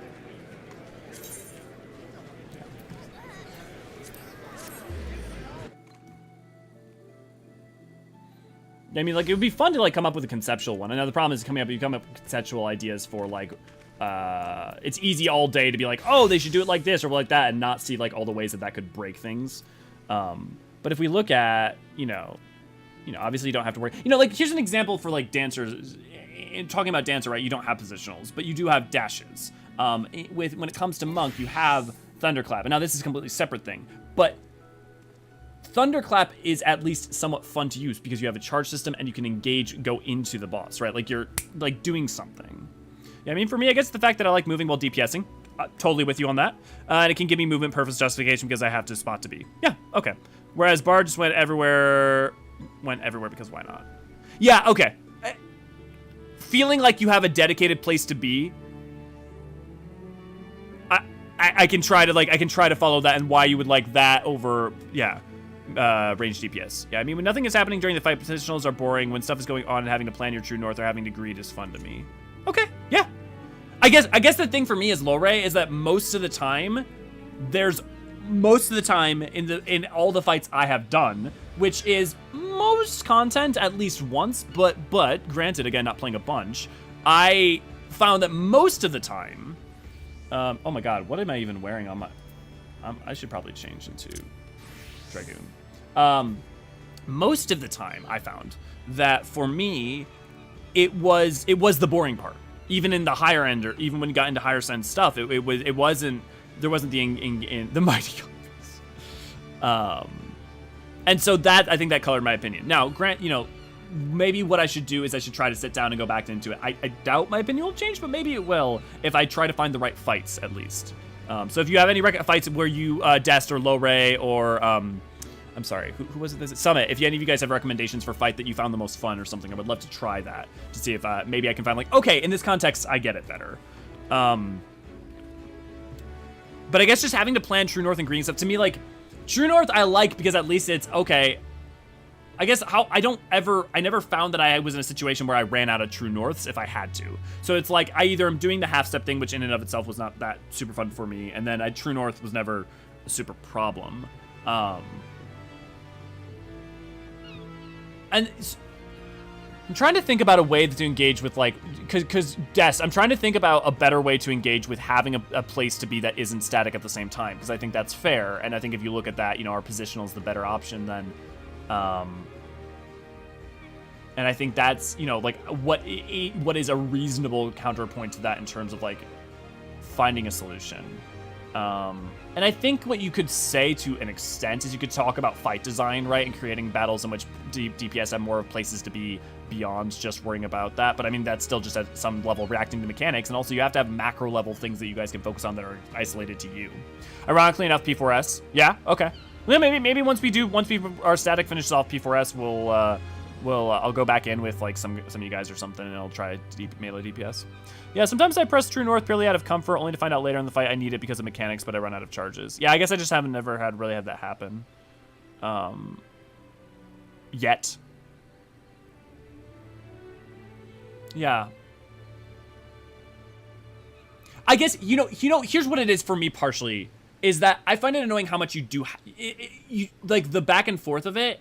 If it was like, okay, I know that right now in this, like, think about Paladin rotation. I don't have a Paladin, obviously, but I guess right now, but, like, you know how you got the magic part of the Paladin rotation, the melee part of the Paladin rotation, effectively. Like, if I knew that, like, the entirety of the melee rotation had to be on the rear, and the entirety of the magic rotation had to be on the sides, and so I know there's gonna be, like, a, like, solid, like, 30 seconds where I'm gonna be doing each, then at least I would find it more fun, because then it's, like, it's just focusing on the designated location, and, like, the movement is not an emphasis, because the movement's so small that it's in and of itself not, it is like, it's not engaging movement.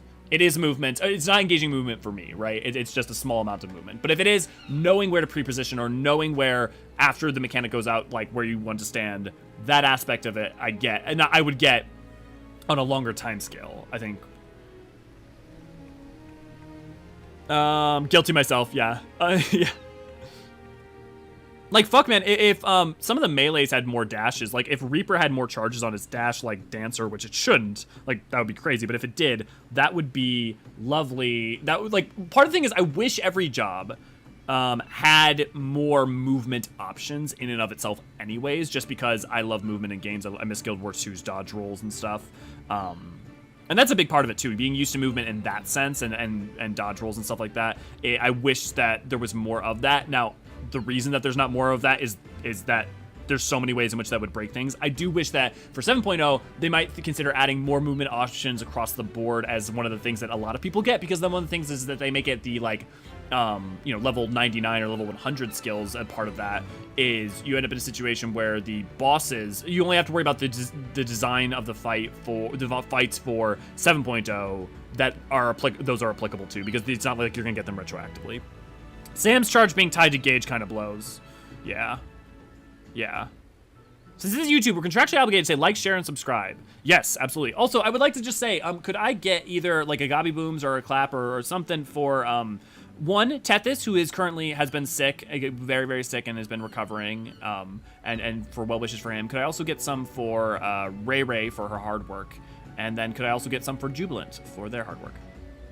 But thank you very much, Ray Ray, for all you do. I really appreciate it. And to all the mods on our team, and to no end, thank you for helping me make all this stuff work.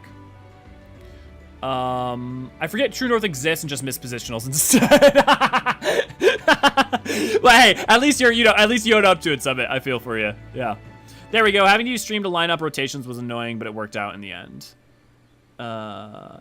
I think SOS X would be nice. OC to sacrifice EX would be a nice fight to keep positionals update.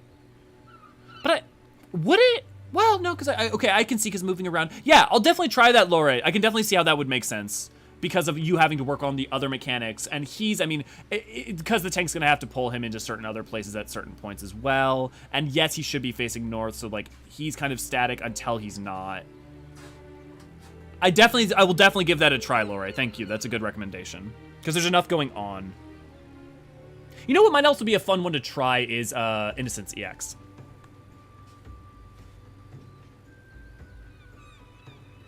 Yeah, uptime. Yeah. Thank you guys all for the the claps and the Gobby Booms. We appreciate you all. Yes, we do. Thank you, Gemini. Yeah, we appreciate them all. When I'm playing melee DPS, I'm just completely ignoring positionals because I have enough to worry about in boss fights. Yeah, and I guess that's the other. Yeah. I don't like 14 analysis yelling at me for no positionals. Well, that's the thing is you have to be using that. So, and most people aren't. I mean, using stream because I'm using controller and it's hard to rotate on a controller outside of first person. It's hard to rotate on a controller outside of first person. Interesting. Okay.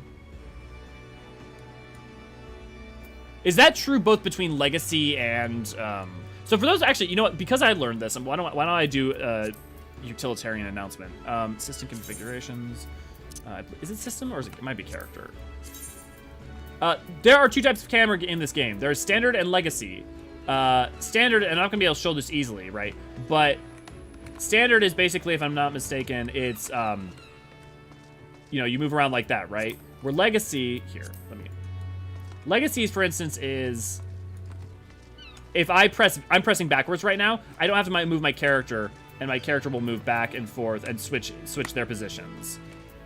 Whereas if I do this, you know, it's character-based versus camera-based. So, you know, Legacy is camera-based, this is character-based. So if I'm pressing forward, it's what direction my character is facing. So I'm pressing back right now, but technically speaking, I'm going to, on camera, my right. The reason that's important is that there are some benefits to Legacy and or Standard. And some are helpful in some ways for controller or for PC. Rotating mid emote, I mean. Oh man, I could not imagine how hard it would be to play Ninja on a controller, hitting all positionals and keeping your rotation going, yeah. Legacy is really easy to move around on controller. If I recall, Standard, you don't rotate. No.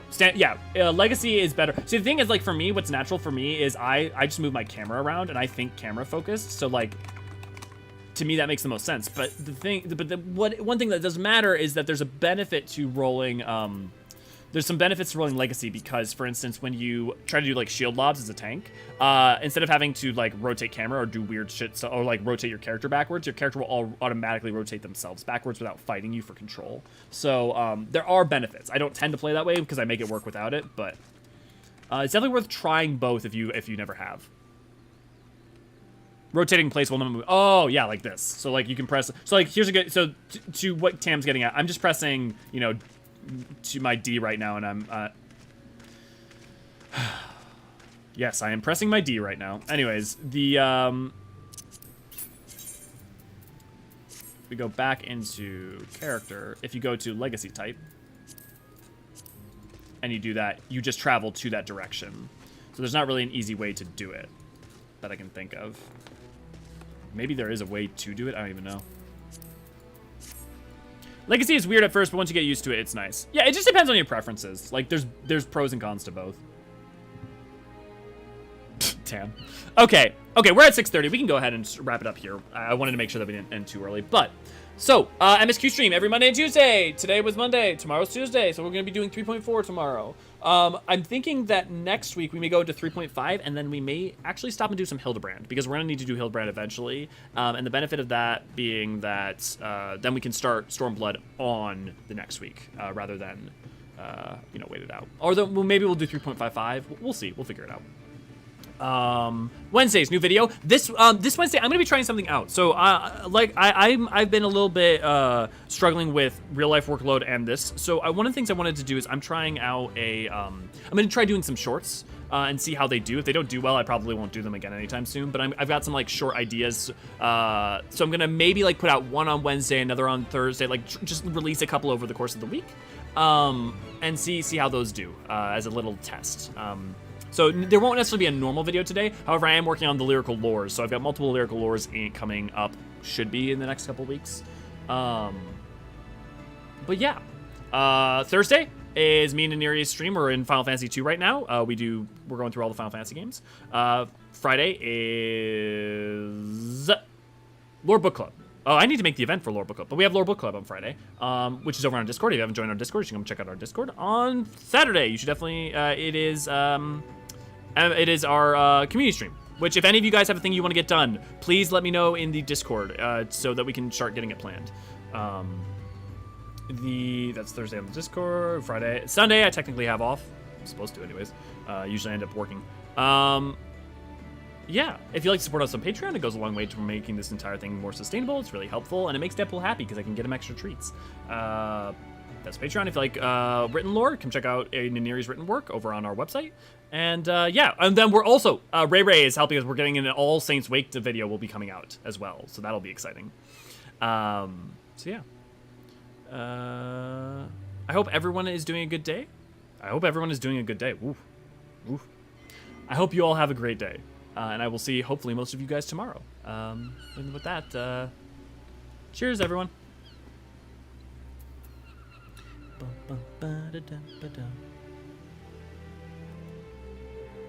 In the words of Isidoril, good evening.